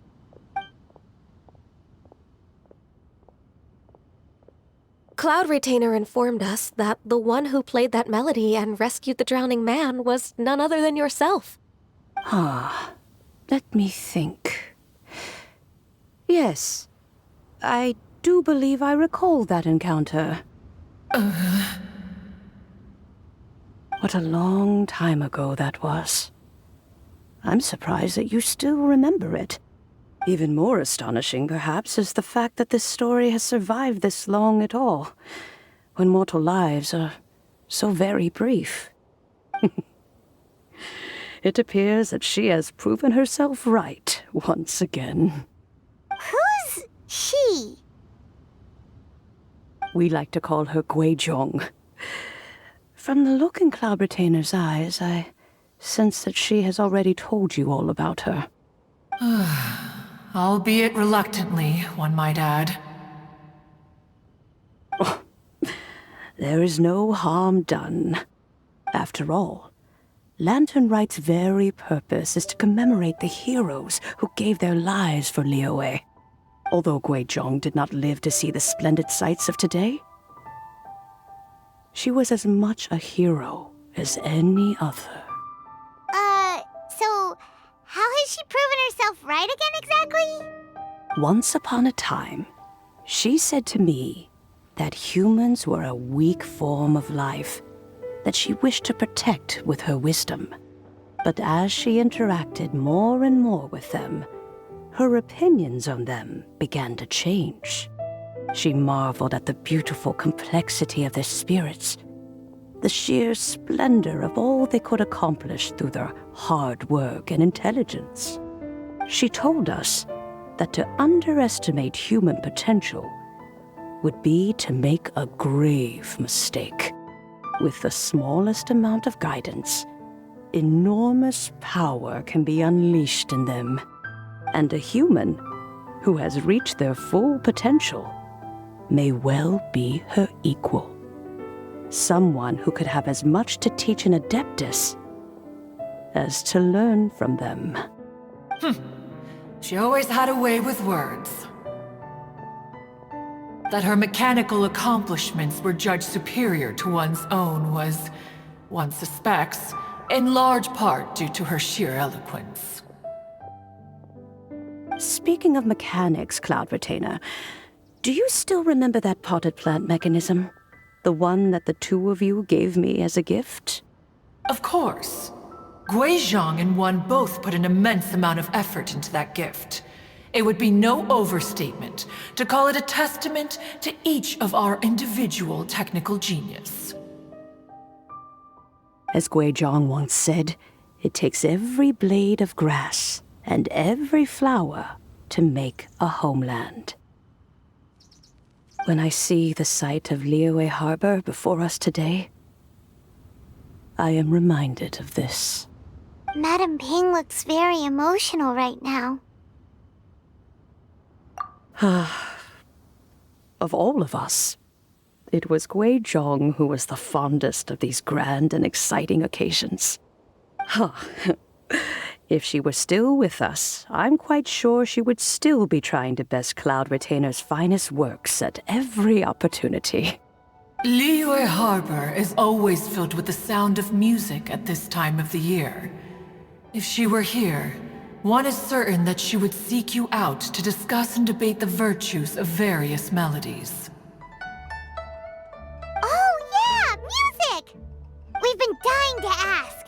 What was the melody that you played back then? Oh, also, with you being such a music expert and all, why don't you join the concert as a performer? I can make arrangements right away. Oh, as much as I don't wish to dampen your enthusiasm, it's been a long time since I played this zither. My fingers don't have the dexterity they once did, and whenever I play that tune, it always reminds me of her. I start wondering what she would think of the changes I have made to her melody. There was a period of time whenever I started strumming, it almost felt like she was back again. Sitting right there on the stone stool next to me, chatting away. Skybracer and Seagazer too, looking just like they did in the old days. No matter how much time goes by, the moment that melody starts playing, it transports me right back to that time in my memory. So the past still weighs heavily on your heart? Oh, I would be lying to myself if I claimed to have completely moved on. But that is not to say that grief doesn't get easier with time. Despite the sadness, I have found many things that bring me joy in life. It is simply the nature of the world in which we live that even if one wished to mourn for an eternity, it would be a nigh impossible feat. Just look at this potted plant. Isn't it stunning? It takes an honest and open mind to confront and conquer grief. You have indeed made progress. Be that as it may, I shall leave the Lantern Rite stage to the youth of today. Well, if you're sure. Granny! Whoa, what's everyone doing here? Did something bad happen? Ah, and now we've spooked Yanfei. No, everyone's just here to give me their regards for the holiday. Oh, that's wonderful, I'm glad. Well, in that case, happy Lantern Rite, everyone. Happy Lantern Rite. Oh, I just remembered that I have some, work to do at Yuehai Pavilion that I need to discuss with Yanfei. I haven't been able to find a chance until now. I will leave Mr. Dvorak in your capable hands. Cloud Retainer, Ping, we will be off for now. Huh? Does it have to be right now? Which case is this again? Hey, Ganyu! It seems Ganyu still has much to learn when it comes to the art of deception. What a pity. She has learned nothing of one's ability to carry a conversation. Since it's been so long, Cloud Retainer, why don't you stay? I'll make a cup of tea and we can chat a while. Gladly. This was one's intention as well. When you next see the Fontaine musician, please give him my regards. I'd like to wish him the very best with the concert. You got it, Madam Ping! Thank you all. I think you've listened to enough of my nattering for one day. As for that melody, I will play it for you all another time. Goodness knows I need to practice it first. Wow, that'd be great! We'll look forward to it. When that time comes, wherever her spirit may be among the countless grains of sand and specks of dust between the harbor and the mountains, perhaps she will look at the Liyue of today and steal a smile when she sees the prosperous land that it has become. All right, let's go tell Mr. Dvorak the news. This is a peaceful neighborhood.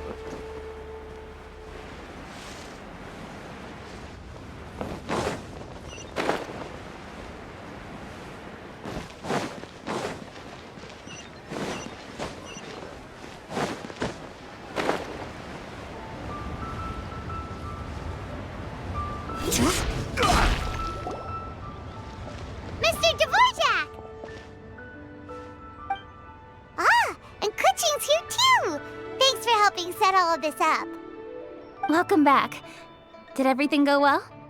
Really, really well. We found the person Mr. Dvorak was looking for. Are you serious?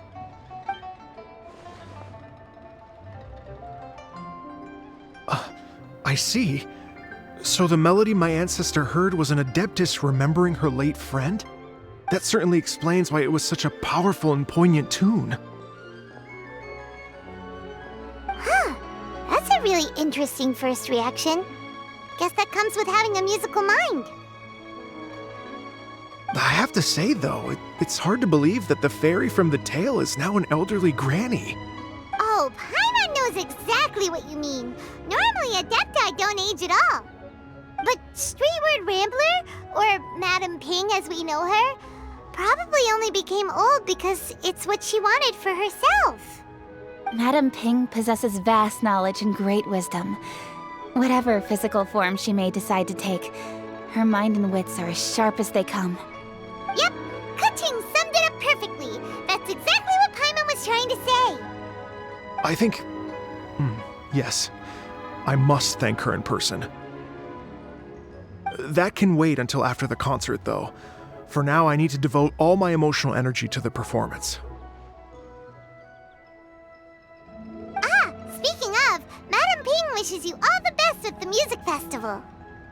Paimon has a sneaking suspicion that she'll stay stay in her usual spot, but listen to the performances from afar. Wait, are you serious? Huh. Oh no, now I'm starting to get nervous. Okay, alright. Nope, another rehearsal is in order. Please excuse me, everyone. Mr. Dvorak? He's already gone. Paimon wasn't even finished telling him everything. Before we set off on our search with Ganyu, he asked us about what music means to people. After our recent adventure, Paimon thinks we have a lot more to say about that now. Please, share your insights with me. Well, we found out that music can be used for good, but also for bad. It can make people happy and moved, but it can also be sad and bittersweet. And music is like a kind of memory written in people's hearts. It can put you in touch with feelings from a totally different time and place. It sounds like you had an eventful trip. Don't worry, I'm sure Ganyu will fill me in on all the details shortly. Wait, does that mean you're gonna carry on working? Just a few things to wrap up. All the groundwork is done. As long as everyone enjoys the festival activities, all our efforts are worthwhile.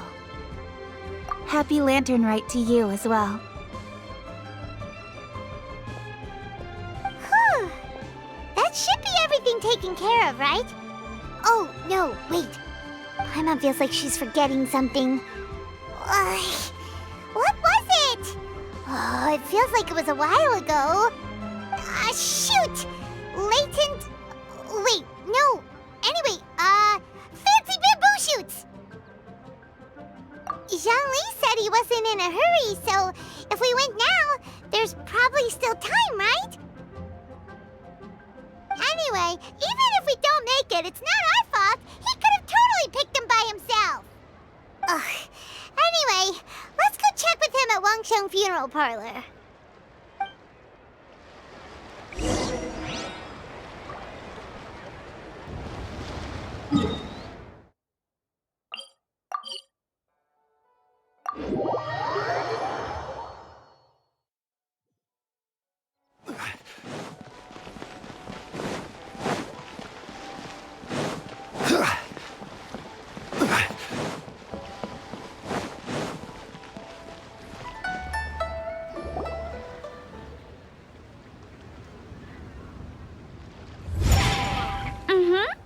Da da da da da da da da da. Da da da. Oh. All right, let's take a break here. Oh wow, look who it is! Are you here to hang out with everyone's favorite funeral director? So you're just casually practicing your rapping skills at the entrance to your funeral parlor? In broad daylight? Okay. After everything we've been through, you don't see me for a hot minute, and you're back to being scared of your own shadow. We have all this open space, a clear view of the mountains behind and the sea in front. Not to mention we have several invisible audience members enthusiastically cheering us on. It's the perfect spot to rehearse. Invisible audience members? Gotta say, it took me a few days to get used to Director Who's way of talking. Xinyan was pretty spooked too when she first got here. Just like when she sees a frog, but a giant frog with sharp teeth. Come on, knock it off. What's wrong? I've never seen someone look so confused before. Well, don't worry, because Director Who's here to explain it all. There once was a Fontaine musician who went around town on a mission. He came door to door for his iridescence tour, looking for acts to audition. With my words, Xinyan's chords, and Yunjin as our mentor, we'll take the stage by storm with flames roaring and the whole audience calling for more. For sure! The whole dance floor will be yelling encore! Encore! Oh, now Paimon's rhyming along. But when you say flames roaring, are you sure this'll be safe? No, don't you worry about that. I'm pretty experienced on the stage, and I've already informed the Yuhong of all the pyrotechnics we're planning on using. Huh. Guess we'll just have to trust Xinyan on this one. Oh, Zhongli. He took one of those fancy meal boxes and set off for the mountains. Said he wanted to pay a visit to some old friends. It's a real pity that he couldn't be around for this. As well as being a true connoisseur of traditional art forms, he's able to appreciate Xinyan's performances too. Yeah, that's right. Matter of fact, he was the one who first invited me to perform here. To tell the truth, though, I never thought I'd really find myself rehearsing here one day. Well, now you know. The Wangsheng Funeral Parlor is a great location. All of you are always welcome to come and hang out here, especially if you're in the mood to try something new. I can speak to that. Hu Tao is always full of fun surprises. And jump scares. Actually, Xinyan, I have some lyric ideas for your part. Do you want to go through them together? Oh, sure thing. I'm all ears. Oh, Traveler and Paimon, I believe Zhongli was heading to Mount Hulao, so make sure you're hiking up the right hill. When you see Zhongli, please pass on this message to him. It's up to him whether he wants to support us at the performance tonight, but I expect him to make time for the upcoming banquet we're planning. No excuses. You should join us too. It'll be a riot. If there's one thing I've learned from being a funeral director, it's how to throw a party.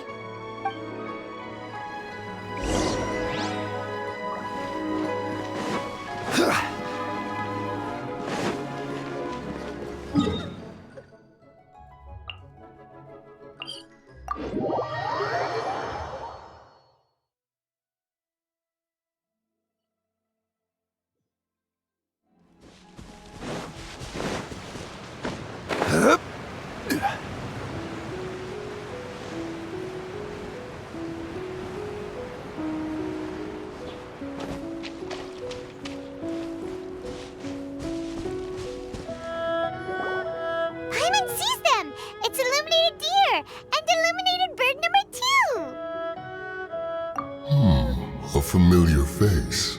Have you come from Liyue Harbor? How is the city nowadays? Everything's great! But you know, if you're so curious, you can always go and check it out for yourself. In fact, Mooncarver has been taking many walks on Mount Tianheng in recent times. I believe the sights of the city are quite familiar to him. Zhongli! Here you are! We've brought the bamboo shoots you wanted. Impeccable timing.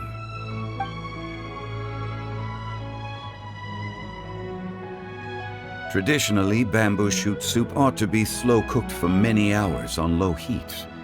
Using Adeptus arts to hasten the process is something of a shortcut. Wait, that mechanism, is that? Indeed. Cloud Retainer kindly lent me her supreme cuisine machine. Can we not just call it a cooking machine? Actually, never mind. She seems to take a lot of pride in her mechanical gizmos, so it's probably best if Paimon doesn't go changing the name willy-nilly. I trust that you found the answers you were seeking during your recent journey. Excellent. The past should be remembered, but not overly dwelt upon. Our journey should be seen as a means to take on more from the world around us. When the bamboo shoot soup is ready, I must insist that you try some for yourself. Oh, Zhongli! Hu Tao told us to tell you something. She said, it's up to him whether he wants to support us at the performance tonight, but I expect him to make time for the upcoming banquet we're planning. No excuses! When she says performance, she must mean the Lantern Rite Music Festival. As for the banquet, she didn't tell us anything more about that, but she invited us to come as well. As you can see, I have a prior engagement with 2 Adepti friends of mine tonight. Please, give Director Hu my best wishes for the performance. As for the banquet, since the Director insists, Far be it from a mere consultant like myself to refuse. Yay! Then we'll see you there? Absolutely. Rex Lapis, the bamboo shoot soup is ready. Thank you. I will examine it right away. The appearance is exquisite, and the aroma rich and intense. The craftsmanship of this machine is commendable indeed. Since you came all this way, you should not leave empty-handed. Please, take some soup. It tastes most exquisite while still warm.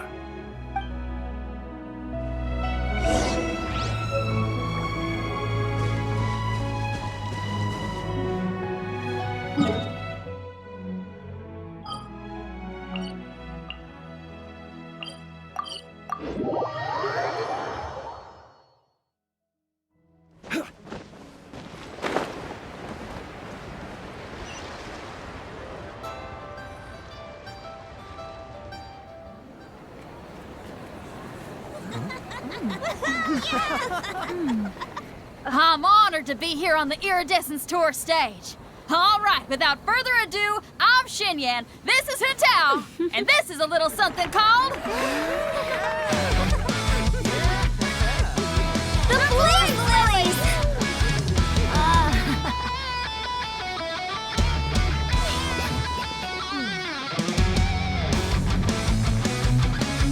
I'm up here blazing trails through the midnight sky, lighting up the world below. And when the crowds all hear my voice, they'll meet the spirit of rock and roll. Let's go! Hey, you butterfly, you too buzzing by, guiding your way to the afterlife, opening the path without a fright. Oh, I'll light the fire, watch it blaze across the universe. I'll spit my rhymes, watch you set, or you'll get burned. Hey, woo!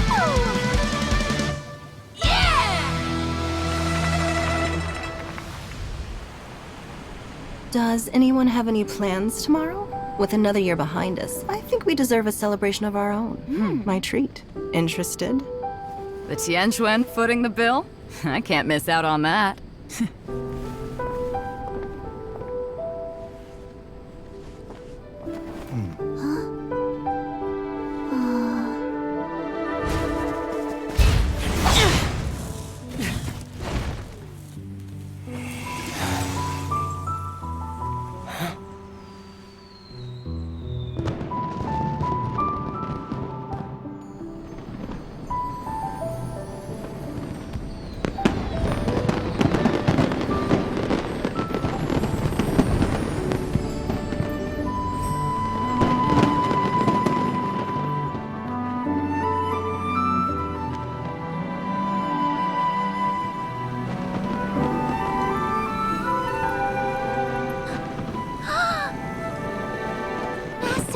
Master, listen!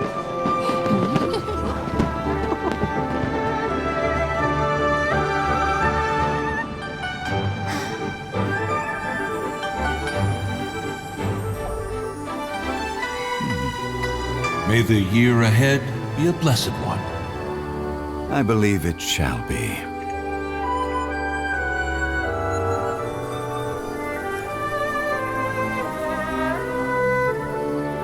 Master, the Xiao Lanterns, Ha! Elementary. One shall fashion for you a Xiao Lantern the likes of which the world has never seen. And you must take it to Liyue Harbor to display its magnificence for all.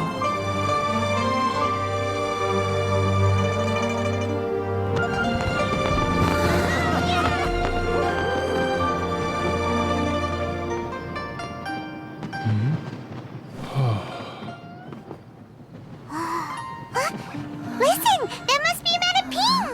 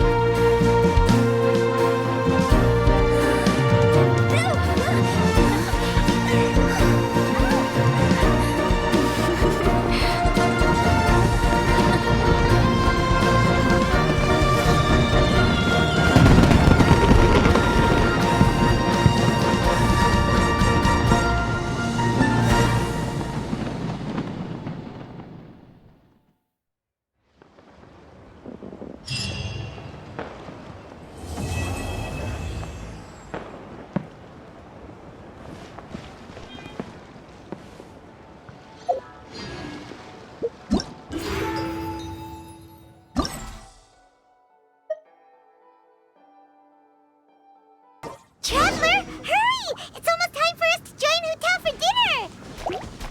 Ooh, and we'll be meeting at Shinue Kiosk. It's the place with a really long wait list. As expected of the parlor director, always so generous! Come on, let's go!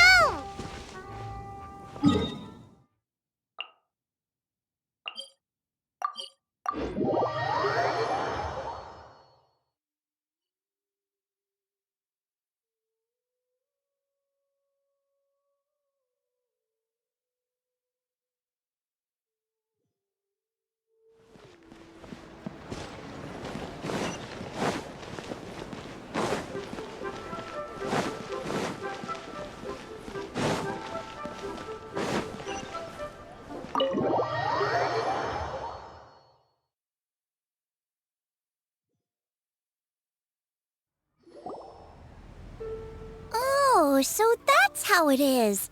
Thanks for the suggestions, Mr. Zhongli. I have them all noted down. I've long heard that your knowledge encompasses all things old and new, Mr. Zhongli, but I never knew that you were well versed in the art of cooking, too. It is truly an honor to make your acquaintance. No need for formalities. I too feel humbled to be in the company of such talented young people. There are many things I could learn from you. Oh, you flatter us.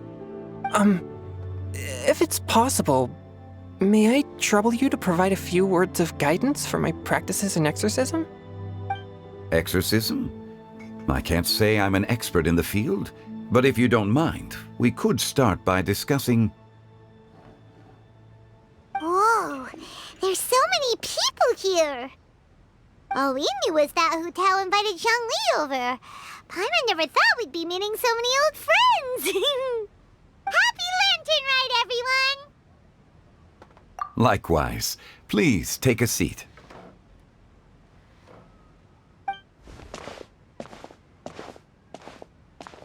Happy Lantern Rite! Are you having fun?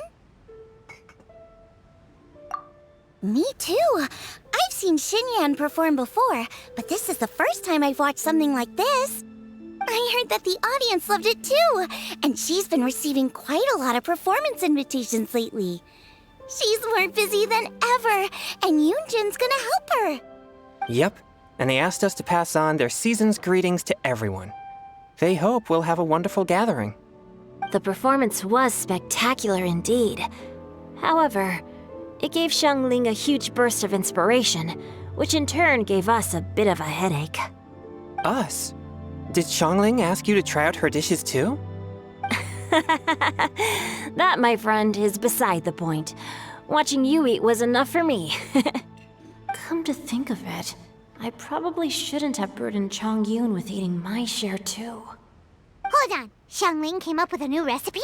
Let Paimon try! See? Someone here knows how to encourage people. Thanks, Paimon. Oh, and I have to thank Mr. Zhongli, too. He gave me lots of useful pointers that really drove it home for me. Oh, so that's what you were talking about before we arrived. Yes. Since we'll be dining together, the topic of our conversation naturally revolved around cooking. Xiangling's ideas are truly unconventional. Her choices in both ingredients and spices are comparable to a melody dancing on the tongue. My suggestions were nothing more than the icing on the cake. Oh, the two of you always deliver. Now I'm getting embarrassed. Anyway, I'll get everyone to have a taste after I've adjusted the recipe based on Mr. Zhongli's advice. That sounds like it might become a little safer to eat. How about I sample the dishes next time? Speaking of eating, Paimon feels like we're missing someone. Oh, Hu Tao was the one who invited us, but she's not here. And where's Guoba? Oh, Guoba volunteered to help Dad at the restaurant. You know, lots of people come over to eat during Lantern Rite. Without Guoba helping out, I probably wouldn't have had the time to accept Hu Tao's invitation.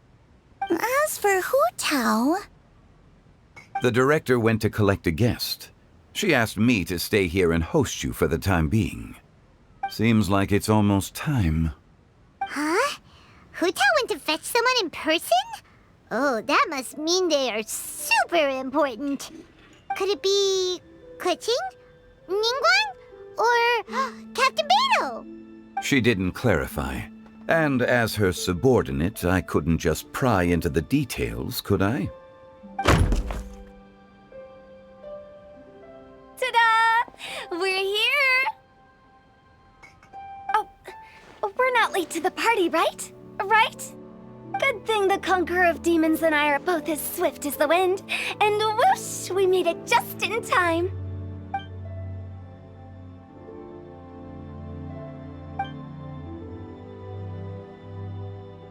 Oh.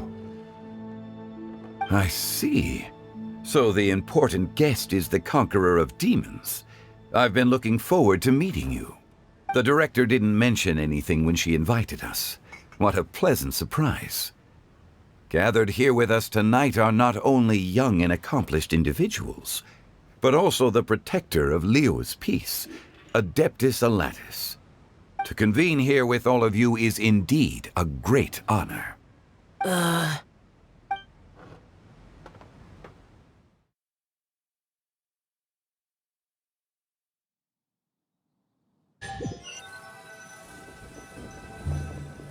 It's almost lantern right. Yet you took all the trouble coming here. The director has a way of making it difficult to decline. Rex Lapis, may I ask what troubles you? The director asked me to buy sesame oil in preparation for the celebrations. Huh. Then why would you come all the way to Wangshu Inn? I had a pleasant chat with Chef Yanxiao and received some spices from him. And, see? Here's some matsutake and a portion of ham. What about the sesame oil? It's a shame. I couldn't find the kind the director was looking for.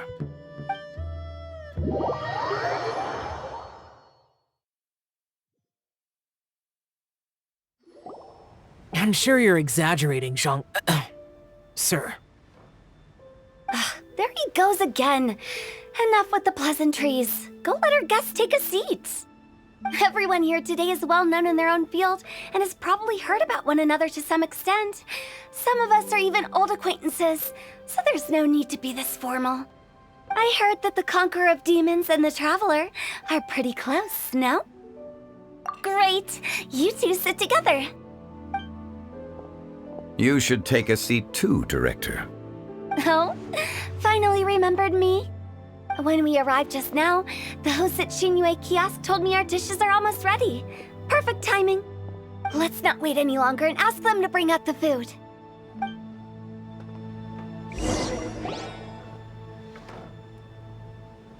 Paimon would have never guessed the person Hu Tao went to fetch was Xiao. Oh, that's also the first I've heard of the Traveler and Paimon being friends with the Conqueror of Demons. You know Xiao Chu? Knowing is a bit of an overstatement. I've always looked up to him. You might not know this, Paimon, but we exorcists have worked in close collaboration with the Conqueror of Demons for many generations, dispelling evil together, both in the open and from the shadows. Hard to imagine that thanks to Hu Tao, I've finally gotten the chance to meet him. Conqueror of Demons, I'm honored to make your acquaintance. Likewise. It is a great honor indeed to have a chance to meet the legendary Conqueror of Demons. Changyun has brought that name up quite a few times in the past. I remember you mentioning wanting him to understand the importance of exorcists. Ahem. We know each other too. He helped try my dishes during the Masterful Chef's cook-off. I didn't think we'd have the chance to meet again. Happy Lantern Rite! No anecdote, however, compares to meeting you in person. I'm Xingqiu, Shangling and Changyun's friend. The pleasure is all mine. Whoa, everyone's getting all formal and polite all of a sudden. Paimon doesn't know what she should say anymore. Adeptus Xiao, mighty Conqueror of Demons! Please accept Paimon's greetings too! lantern, right? Paimon tried very hard to look for a fancy word, okay? Don't be too harsh on Paimon! There's no need to be so polite. You're right. This was meant to be a nice little get-together between friends after all. Too much formality kills the atmosphere. I didn't plan this gathering only for everyone to walk on eggshells. Hiya. What's your true intention, then? A little get-together between friends, sipping the finest tea and watching lanterns float into the sky, bidding farewell to the past and embracing the present with joy. And that is something our consultant would say. I think it deserves a standing ovation. Indeed. Exceptional acting skills, Director. As for me, I'm just here to have fun and treat everyone to something good. We all worked really hard this year, whether traveling or guiding, cooking, helping with the family business, exorcising evil spirits, or conquering demons. And of course, our consultant, who's been helping out at the parlor every now and then. Everyone has done some pretty amazing things. As the one who brought everyone together, it goes without saying that I'm the one most deserving of praise. Huh? Sounds kinda self-important, but Paimon thinks it's pretty amazing that she managed to talk Xiao into coming. He rarely ever enters Liyue Harbor after all. It wasn't as complicated as you think.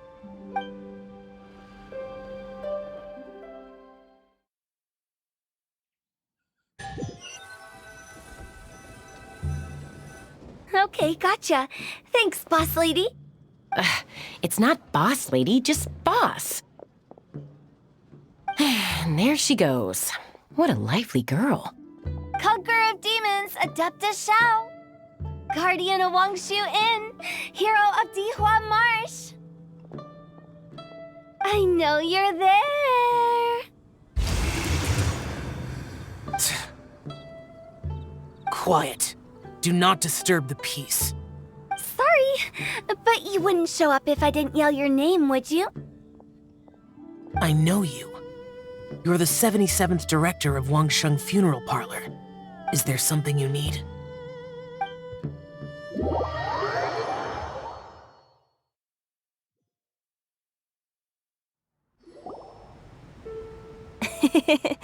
That does sound like one of Hu Tao's antics. Did the Conqueror of Demons agree to come so that Hu Tao would stop pestering him? There might be other reasons. Smart guess. Huh? There's more to it? It gets pretty boring from here on. I talked about the funeral parlor's past relationships with the guardian yakshas. You know, just to be sociable. In the time of the Archon War, disputes were frequent, and disaster overtook the land. Humans couldn't escape from the torment of the plague, nor could they escape death. The Adepti vanquished the demons, the Millelith fought valiantly, and Wangsheng Funeral Parlor was responsible for purifying the diseased and sending off the spirits of the dead. That is how the border between life and death was maintained during the war. And it effectively prevented further incidents from happening. That's right. 1 point for the consultant. But despite our deep-rooted connection, it still took me quite a while to actually convince him. You know him pretty well, huh? This matter is out of my control, so I need to be cautious. True, but I've kept that in mind too. That's why everyone here today is in one way or another acquainted with elemental power. Besides, it'll only be for a short while as we dine together. There won't be any lasting consequences. But I didn't expect there to be so many people. There's no need to worry, Conqueror of Demons. We're not feeling anything unusual so far. Our young exorcist over here is protected by his pure yang energy, so he's probably the most resilient. That's not the same. And did you just toss your carrots into my bowl? Hey, don't look away. Huh? What? I'm siding with Chongyun. I saw that too. You're lucky Guoba isn't here today. He hates seeing people being picky with their food. If he'd seen that, he'd definitely make you eat all your carrots. Huh? Guoba would do that? Is he that uncompromising? But now that I think of it, Xianglin told me that Guoba used to be the stove god. It sounds like you've heard the rumors. I'm doing fine. Not long ago, before Lantern Rite, I met an old friend. Thanks to his help, things have been a lot more stable than before. You should know him. He's...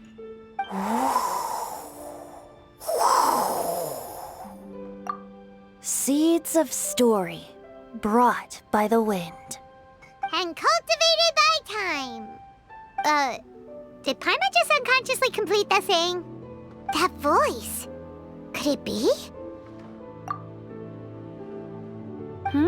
If I'm not mistaken, there's someone knocking at the door. Don't just sit there, Zhongli. Go welcome our guest in. No such need. I'm coming in.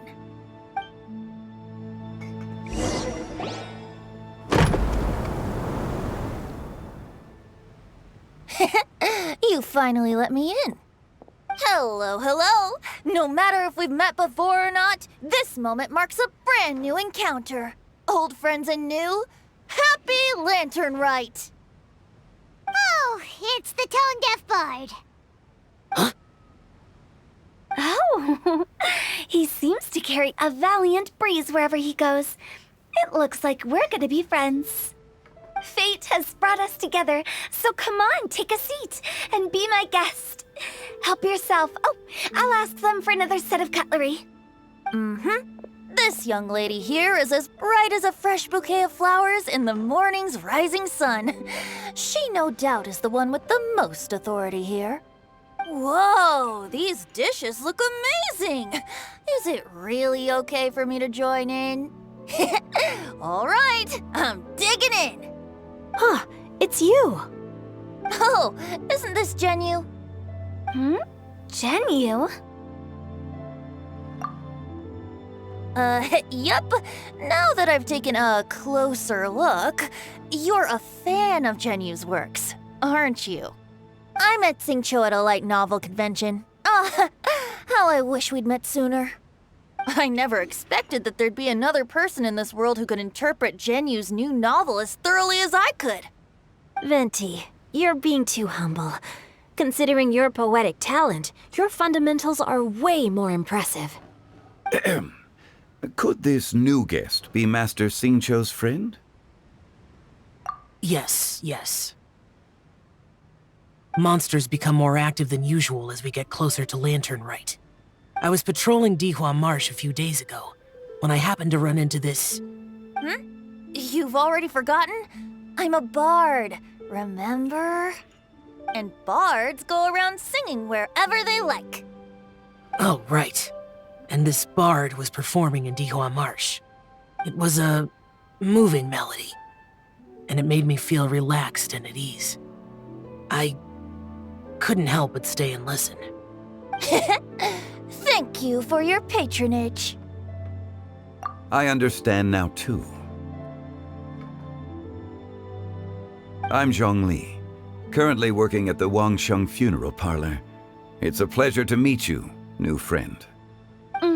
And I'm his boss. Oh, and if there's anything unsatisfactory, let me know anytime. That's very considerate of you. Oh? No wonder. Only a boss as savvy and reliable as you would be able to hire such an impressive consultant. Oh, you're too nice, Venti. Not to brag, but our consultant truly is impressive. His knowledge extends across the stars and the land, and there's nothing throughout history that he doesn't know. From the sophisticated way he speaks, it's hard not to suspect that he could very well be an adeptus in disguise.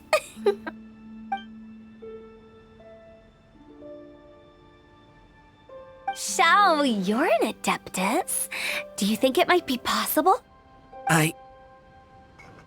Sorry. I'm only good at conquering demons. I'm afraid I don't have much knowledge in that matter. Really? But Paimon thinks you're super knowledgeable. Huh? Oh, right! Xiao's a warrior. He doesn't come to the city very often, so it's, pretty normal for him to not know anything. Yeah. Really? I've actually heard a few things about Mr. Zhongli before. The guests in the tavern talked about this refined and courteous man who, instead of having wine at Mondstadt's finest tavern, ordered a cup of hot tea with the most complex name. Now that you mention it, I seem to recall that there indeed is a musician like yourself in Mondstadt. I've heard that he's elegant and amiable, his works witty and vibrant. It's no overstatement to regard him as the best bard in Mondstadt. Now you're making me embarrassed. I would say that Mondstadt's poetry is a little run-of-the-mill sometimes. There's one I heard a while back that went, "The old house is renewed, welcoming the spring breeze, awakening old memories." The meaning's there, but the word choices are unimaginative, and there's a distinct lack of literary flair. I think so too. The composition needs a little jazzing up. If I were to give it a go, I'd make it an old melon on a vine, a new flower that grows fine. Oh, good one! It feels unique and has a nice ring to it. You have great taste, Venti. I was right about you. Let's shake hands. Of course, of course. Hey, Xingqiu! Mind lending me a few books when we get back? Pick out some well-written ones. I don't know if it's my own lack of literary knowledge, but I couldn't tell the difference between those two. I don't think it's your fault. Chongyun's right. It's not our fault.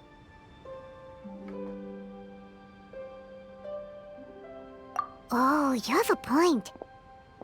But speaking of, why is the tone-deaf bard here? Are you here to take part in Lantern Rite too? I heard that Liyue will be hosting a Lantern Rite music festival this year. As a musician myself, how could I possibly resist the temptation to come take a look? Or listen. Getting to know other musical styles is essential to sparking inspiration, don't you think? As for the Fontaine friend who hosted the festival, I saw him near Stone Gate the other day. The Iridescence tour has finally been held successfully for once, so I had to congratulate him. Don't think anything of it. By the way, I was watching as you entered Xinyue Kiosk, but no one seemed to notice me. Should I say that it's because I'm an expert in hiding, or that a certain someone deliberately ignored the sound of the wind? Whenever Lantern Rite comes around, Liyue Harbor becomes bustling with activity. People are all busy watching the lanterns and strolling around the shops, and they might just go travel somewhere on a whim. It is rather difficult to predict another's whereabouts. The festival is in full swing and proceeding smoothly, and we're all gathered here with friends, new and old. This is no doubt a wonderful occasion worth celebrating. To come together with all of you at the beginning of the year, one can't help but be filled with joy. In a moment like this, I propose we raise a glass together. In my case, tea in lieu of wine.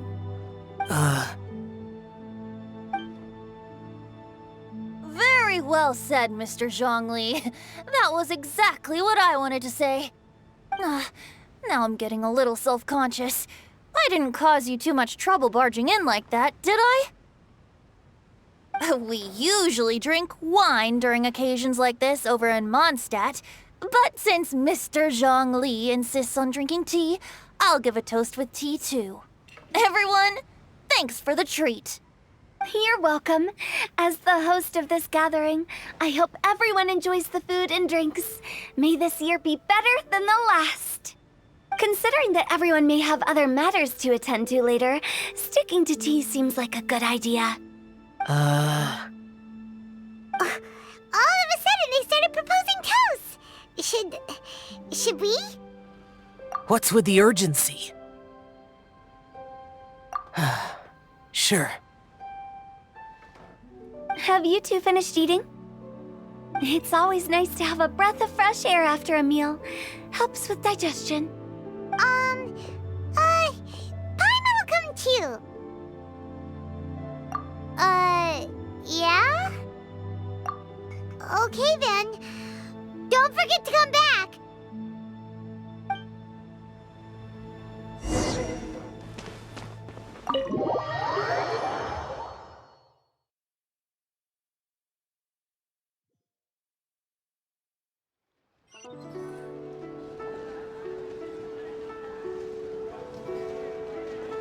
Are you alright?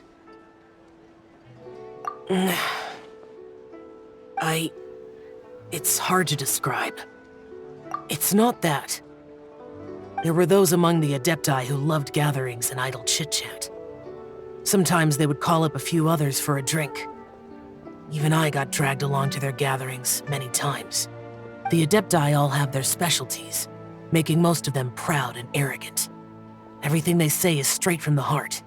It never gets too complicated. But this time... No. I didn't mean that. So you know his true identity. I'll get straight to the point then. The Animo Archon is a free spirit, and his temperament is as carefree as the music he plays on the flute. It's easy for a god like him to live in harmony with humans, and that's something I might never be able to do.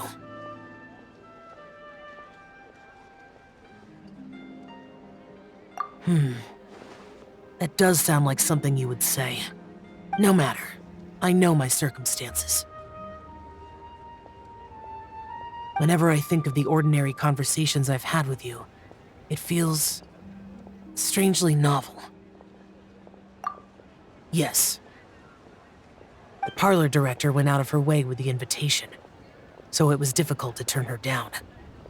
I had made mental preparations before agreeing to come. She told me that all the guests today would be acquainted with elemental power, and I knew that you would be here. But I didn't expect the other guests to be... General Capisis always said that we should live in the present and enjoy every pleasant surprise. Perhaps that's what I should do with what I'm feeling now. But I think he meant designing clothes for those around him. The clothes were intricately designed, but inconvenient to wear. Brother Bosacius never tried to hide his distaste in front of him. Rex Lapis did like his designs and even collected quite a few.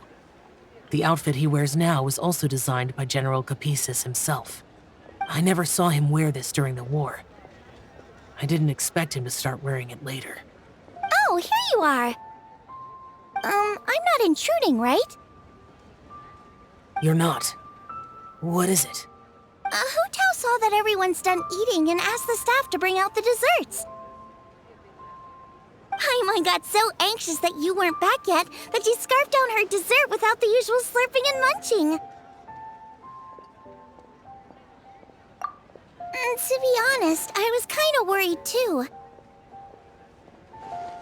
You looked a little restless just now, and I thought you weren't used to the food here and was planning to head back to Wangshu Inn for something Yanqiao made. You're worrying too much. Why would I? Anyway, let's head back. Please wait! There's another reason why I came looking for you. Here, take these. I brought them for you. Almond tofu? Yup. Since the Masterful Chef's competition, you could say that Yanqiao and I are not only competitors, but good friends as well. I visit him at Wangshu Inn sometimes to discuss our cooking. I heard him say that the esteemed guest on the roof loves nothing more than a good plate of almond tofu, so I learned a thing or two about the dish from him. I'll be honest, before Hu Tao invited everyone, she secretly came looking for me, told me about the guests she planned to invite, and asked me for some suggestions on what she should order. So I made a few servings of almond tofu for you guys in advance. Take them as a token of gratitude for your support. When I told Guoba that I was making these for you, he started eagerly running around the kitchen and helping a lot too. Thank you for the trouble. There was no need to... I'll take them. Thank you. And Guoba, too. You're welcome. Oh, the almond tofu I made probably tastes and feels a little different from the type Yanxiao cooks. Please let me know if there's any improvements I should make. Okay. That's all. Alrighty, we should head back now. We can't keep Paimon waiting.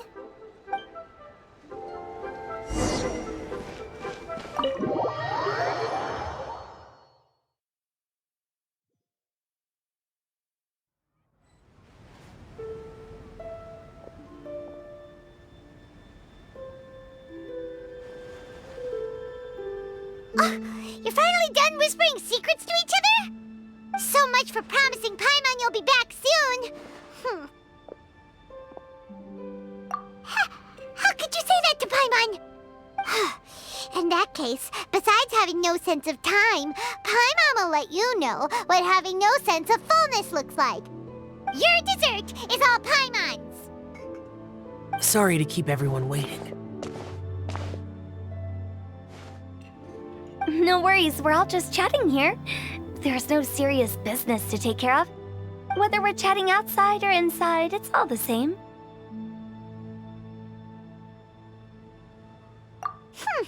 Paimon's too busy eating to talk to you.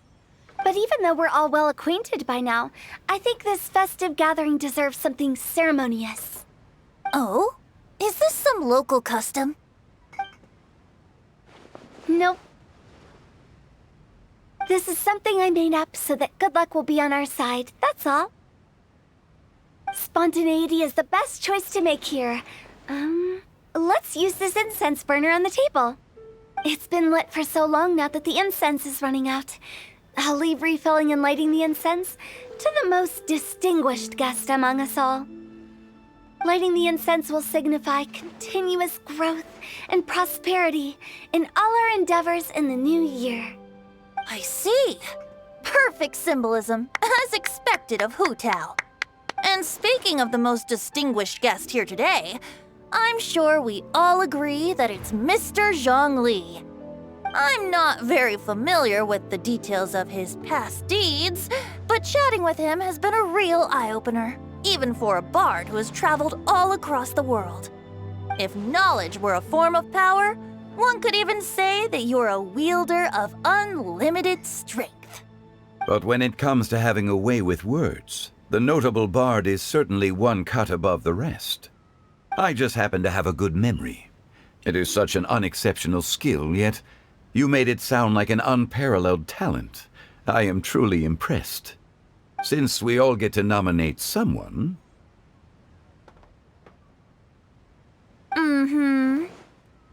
I think it's only fair that we let the parlor director light the incense. Huh? That won't do. Don't flatter me just because I'm your boss. We are looking for the most distinguished guest here. As the host, I shouldn't be involved in this discussion at all. Now that we've enjoyed this table full of delicacies, how about we let our one and only chef here do the honors? Is this really the way this works? I didn't cook any of these dishes. It's not a big deal.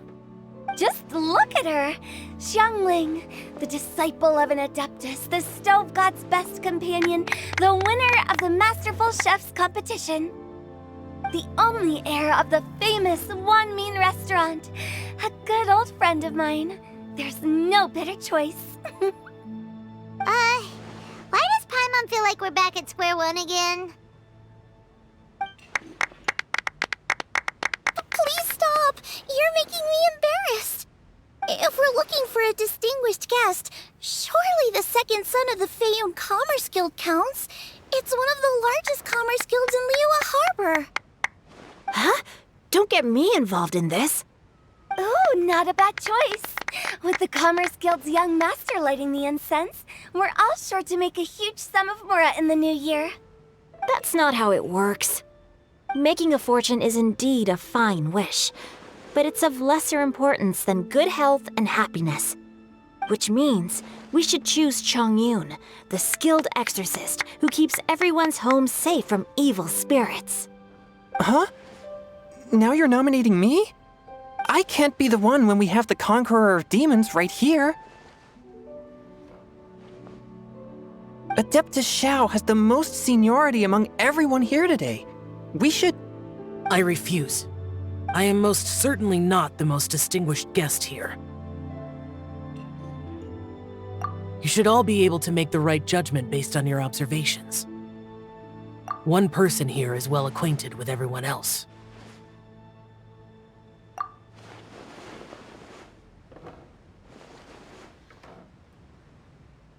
Oh, that's right! Even though you're always mocking Paimon, you're still pretty popular with other people. No, wait! Paimon said she wouldn't talk to you again. Huh? Who else is there? Huh? Huh? Does that mean Paimon's the most distinguished guest? Oh, well, that was unexpected! I agree. Paimon's just the one we need. Without a friend constantly by your side, a long journey would become dreadfully lonesome. But once you have someone there to brighten up the atmosphere, everything along the way will become lively and vibrant too. Ah. The traveler has traversed many nations and left behind a great deal of fascinating stories. But without Paimon, they would have become quite monotonous. Paimon plays an indispensable role in making your journey a happy and smooth one. You guys, Paimon's not used to being praised like that. Those were genuine compliments, right? Thank you. You made Paimon wait for a long time, but Paimon's not mad anymore. Don't take everything to heart, Paimon. Friends tease each other all the time. That is indeed true. That means Paimon is as important to the traveler as Guoba is to me. Looks like we've come to an agreement. Any objections before we proceed? I trust the traveler's judgment. Then Paimon it is. And now, the world's most excellent traveler's greatest companion, guide, and friend, Paimon, will be refilling and lighting the incense for us. Here you go. Take the match, and don't burn yourself. But if things go really wrong, here's the 2-for-1 coupon.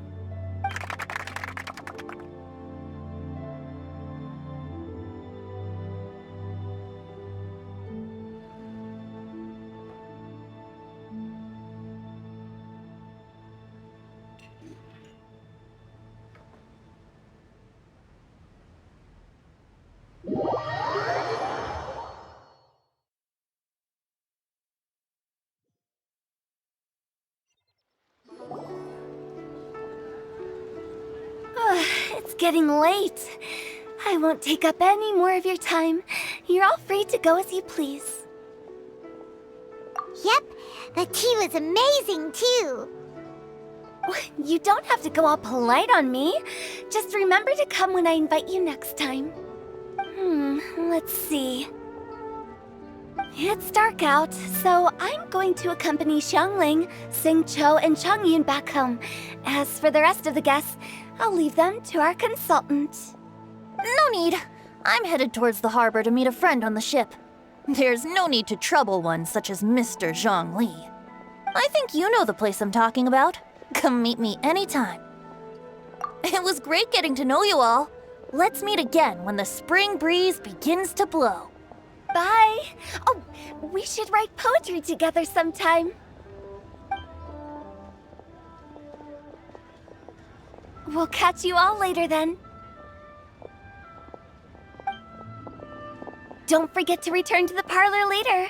There's something I need you to do. Understood. See you later.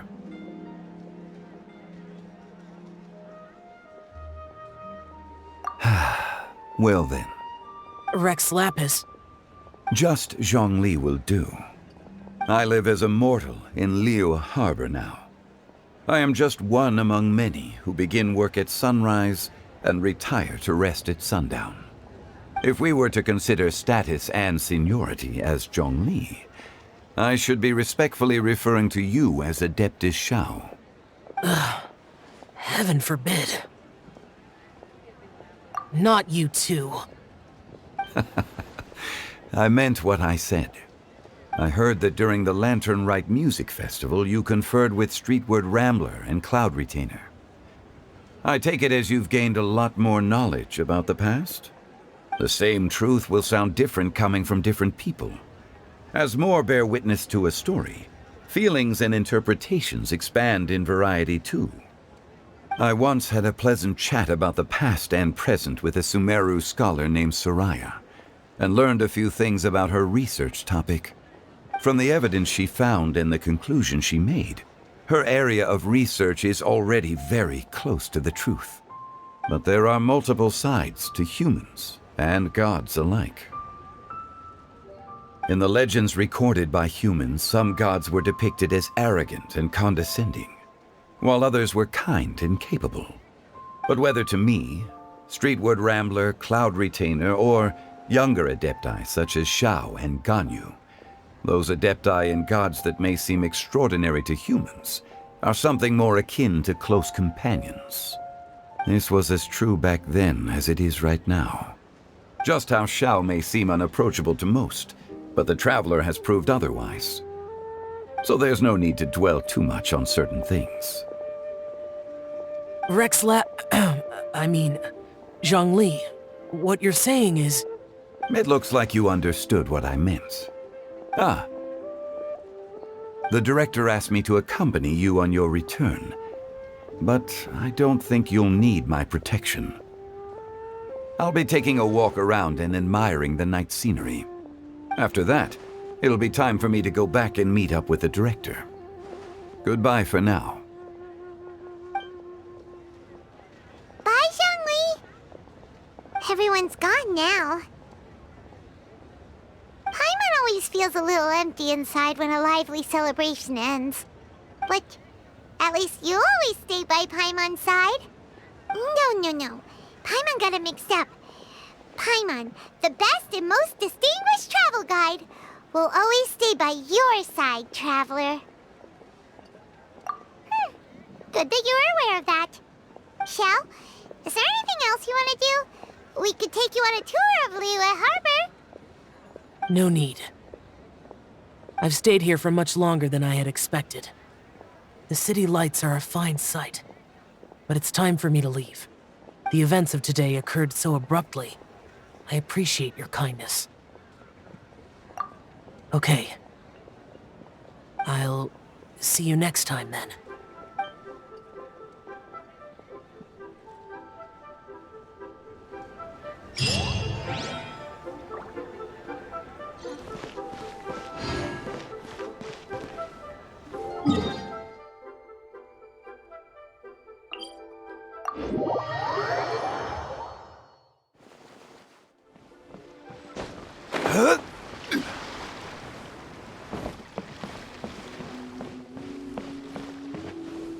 This is such a cool ship!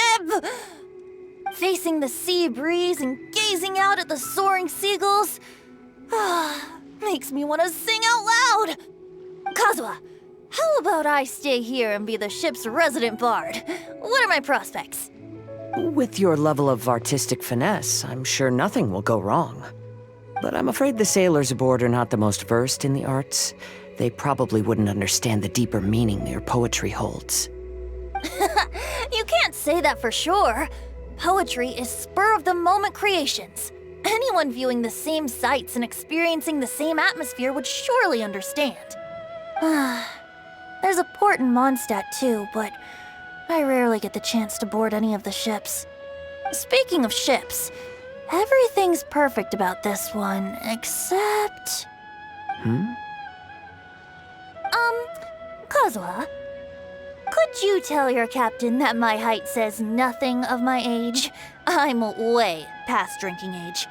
How often does one get to enjoy a seafood feast on a ship? It'll be a real shame if there isn't anything stronger to enhance the food. Pretty please?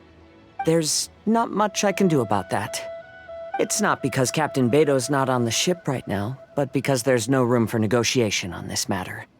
Even I have to sit in the no-drinking zone every time. But I don't get drunk after just a few sips. Trust me, I can hold my liquor really well.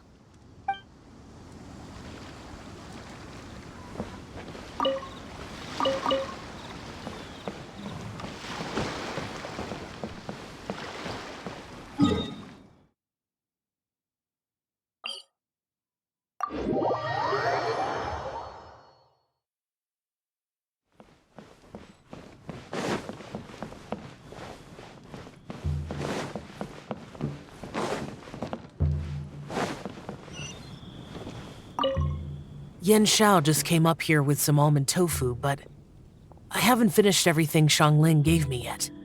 You should try some too.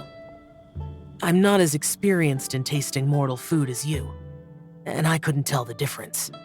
There must be many different stories to tell of the hustle and bustle of the mortal world, too. You can tell me. I will listen.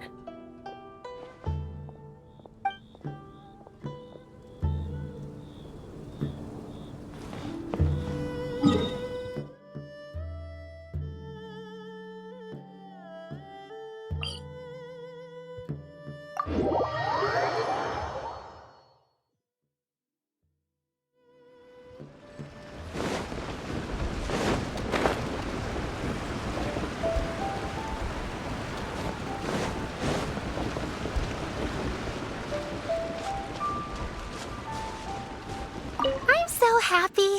And all the grandmas and grandpas in Chingsa Village had a great time too. You mean, what am I doing here? Well, just now, I did a performance for everyone.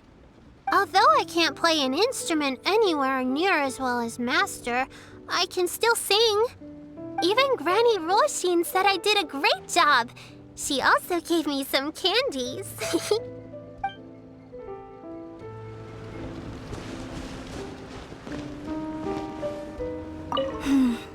Granny, you play so beautifully. Do you think you could teach me? Oh, child, you simply never stop, do you? This festival is a rare chance to rest and relax. But here you are pestering me to teach you this, that, and the other. Don't worry, Granny. I'm a fast learner. And anyway, the sooner I start learning, the sooner we'll be able to perform a duet together. A musical duo is only as good as its weakest link. So you gotta teach me all your secrets, okay? All right. Well, you can start by making me some more tea and leaving it to cool on the side. Sure, Granny.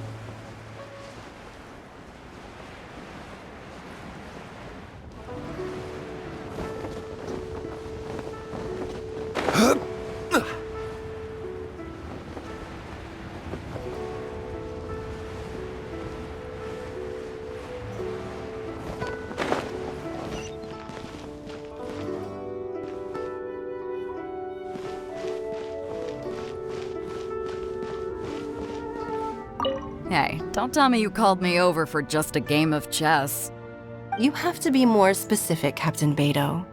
Is it that you find playing chess an uninteresting activity, or that you're unhappy about my lack of novel ideas? If you don't specify what you mean, how could I know what I should do to please you? Of course. I make a single remark and you reply with a full-blown lecture. Maybe we should deal with all official affairs publicly in the future.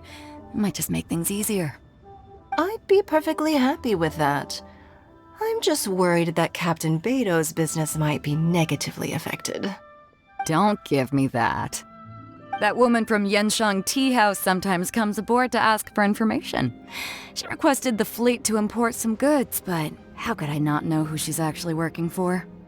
Oh, you sure know a lot, Captain Beto. How about I ask her to come over? Or maybe we go straight to her tea house. With one more person around, we'll be able to have some variety in our chess games. I hope that would be less of a bore to you. So, we're still gonna play chess after all.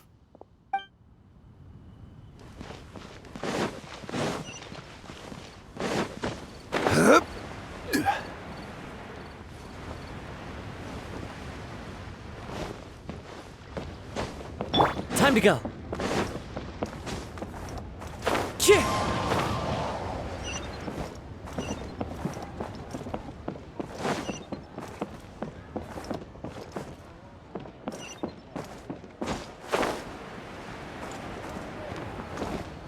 Follow the wind. Fine. A seat with a view.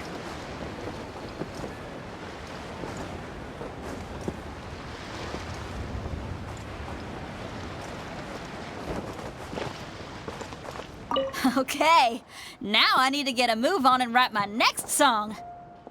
Listen to you. You only just fulfilled one lifetime dream. Are you really thinking about your next goal already? Don't try to tell me you ain't the same way. I bet you've already thought up a name for your next opera, haven't you? You know me too well, Xinyan. The Adeptus Seeking Voyage. How does that sound? Oh, man! Yeah, I can already picture it. I've also got just the finishing line for it. I'll close with, "And the celestial melody echoed through the clouds forevermore."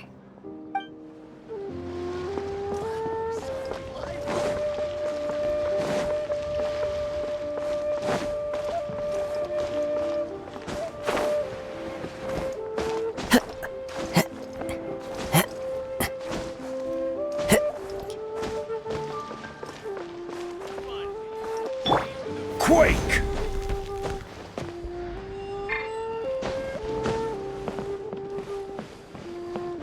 The Lantern Rite celebrations are getting better by the year.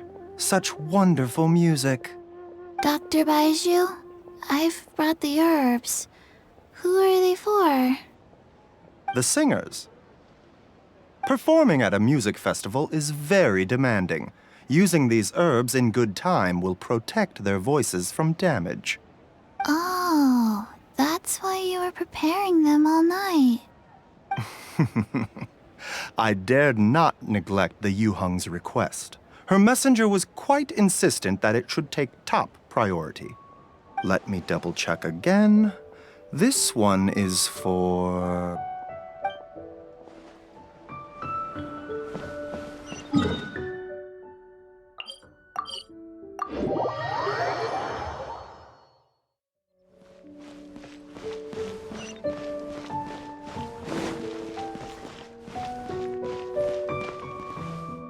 The vegetables are fresh, and there are enough wheats and grains stocked up.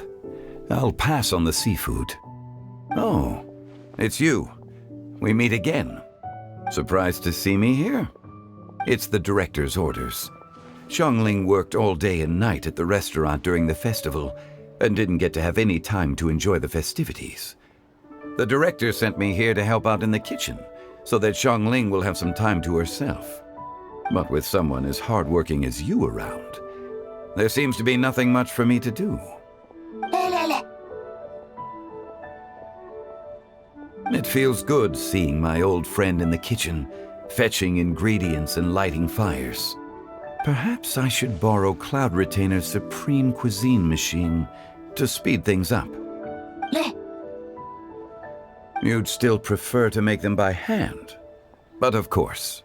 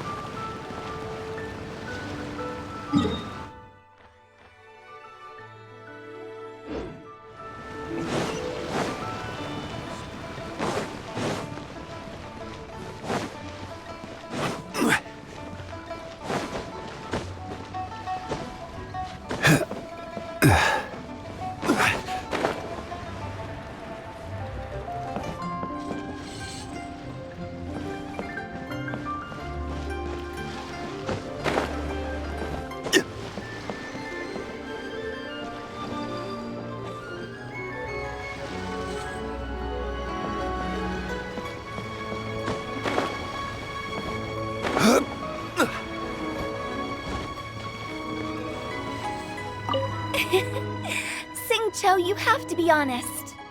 Hmm? Honest about what? How did you and Venti really meet? Why are you suddenly asking that? Huh? Aren't they book buddies? Yeah, we met a few times at a book convention. That's all. Oh, really? With that extraordinary demeanor and literary talent, he's definitely not just any bard. If he's someone that could hold his ground in a conversation with a consultant, he needs to at least be as talented as me. Perhaps you're overthinking this matter. Hu Tao, Shincho wouldn't lie to us. Okay. I'll tell you the truth. Huh? Sing-Cho! I'm actually a fan of Venti's poetry. You all know that I love reading, and sometimes come across poetry from Mondstadt.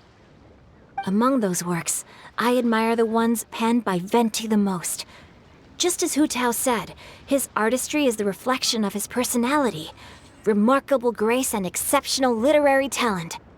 I guess Venti didn't tell you the whole truth back at the restaurant because he didn't want to embarrass me in front of everyone. He's such a considerate person. Yes, right. I can confirm that. When Sing-Cho was busy with other things, he asked me to buy him poetry books in secret. I see. That didn't sound like too much of a big deal. You could have told us right away. Well, I'm telling you now, aren't I? Oh, so that's your story. Forget it. Let's drop this topic. It's not often that the four of us are all together. What should we do next? Hide and seek, hopscotch, or some shopping? Since there's 4 of us, why don't we borrow a mahjong set?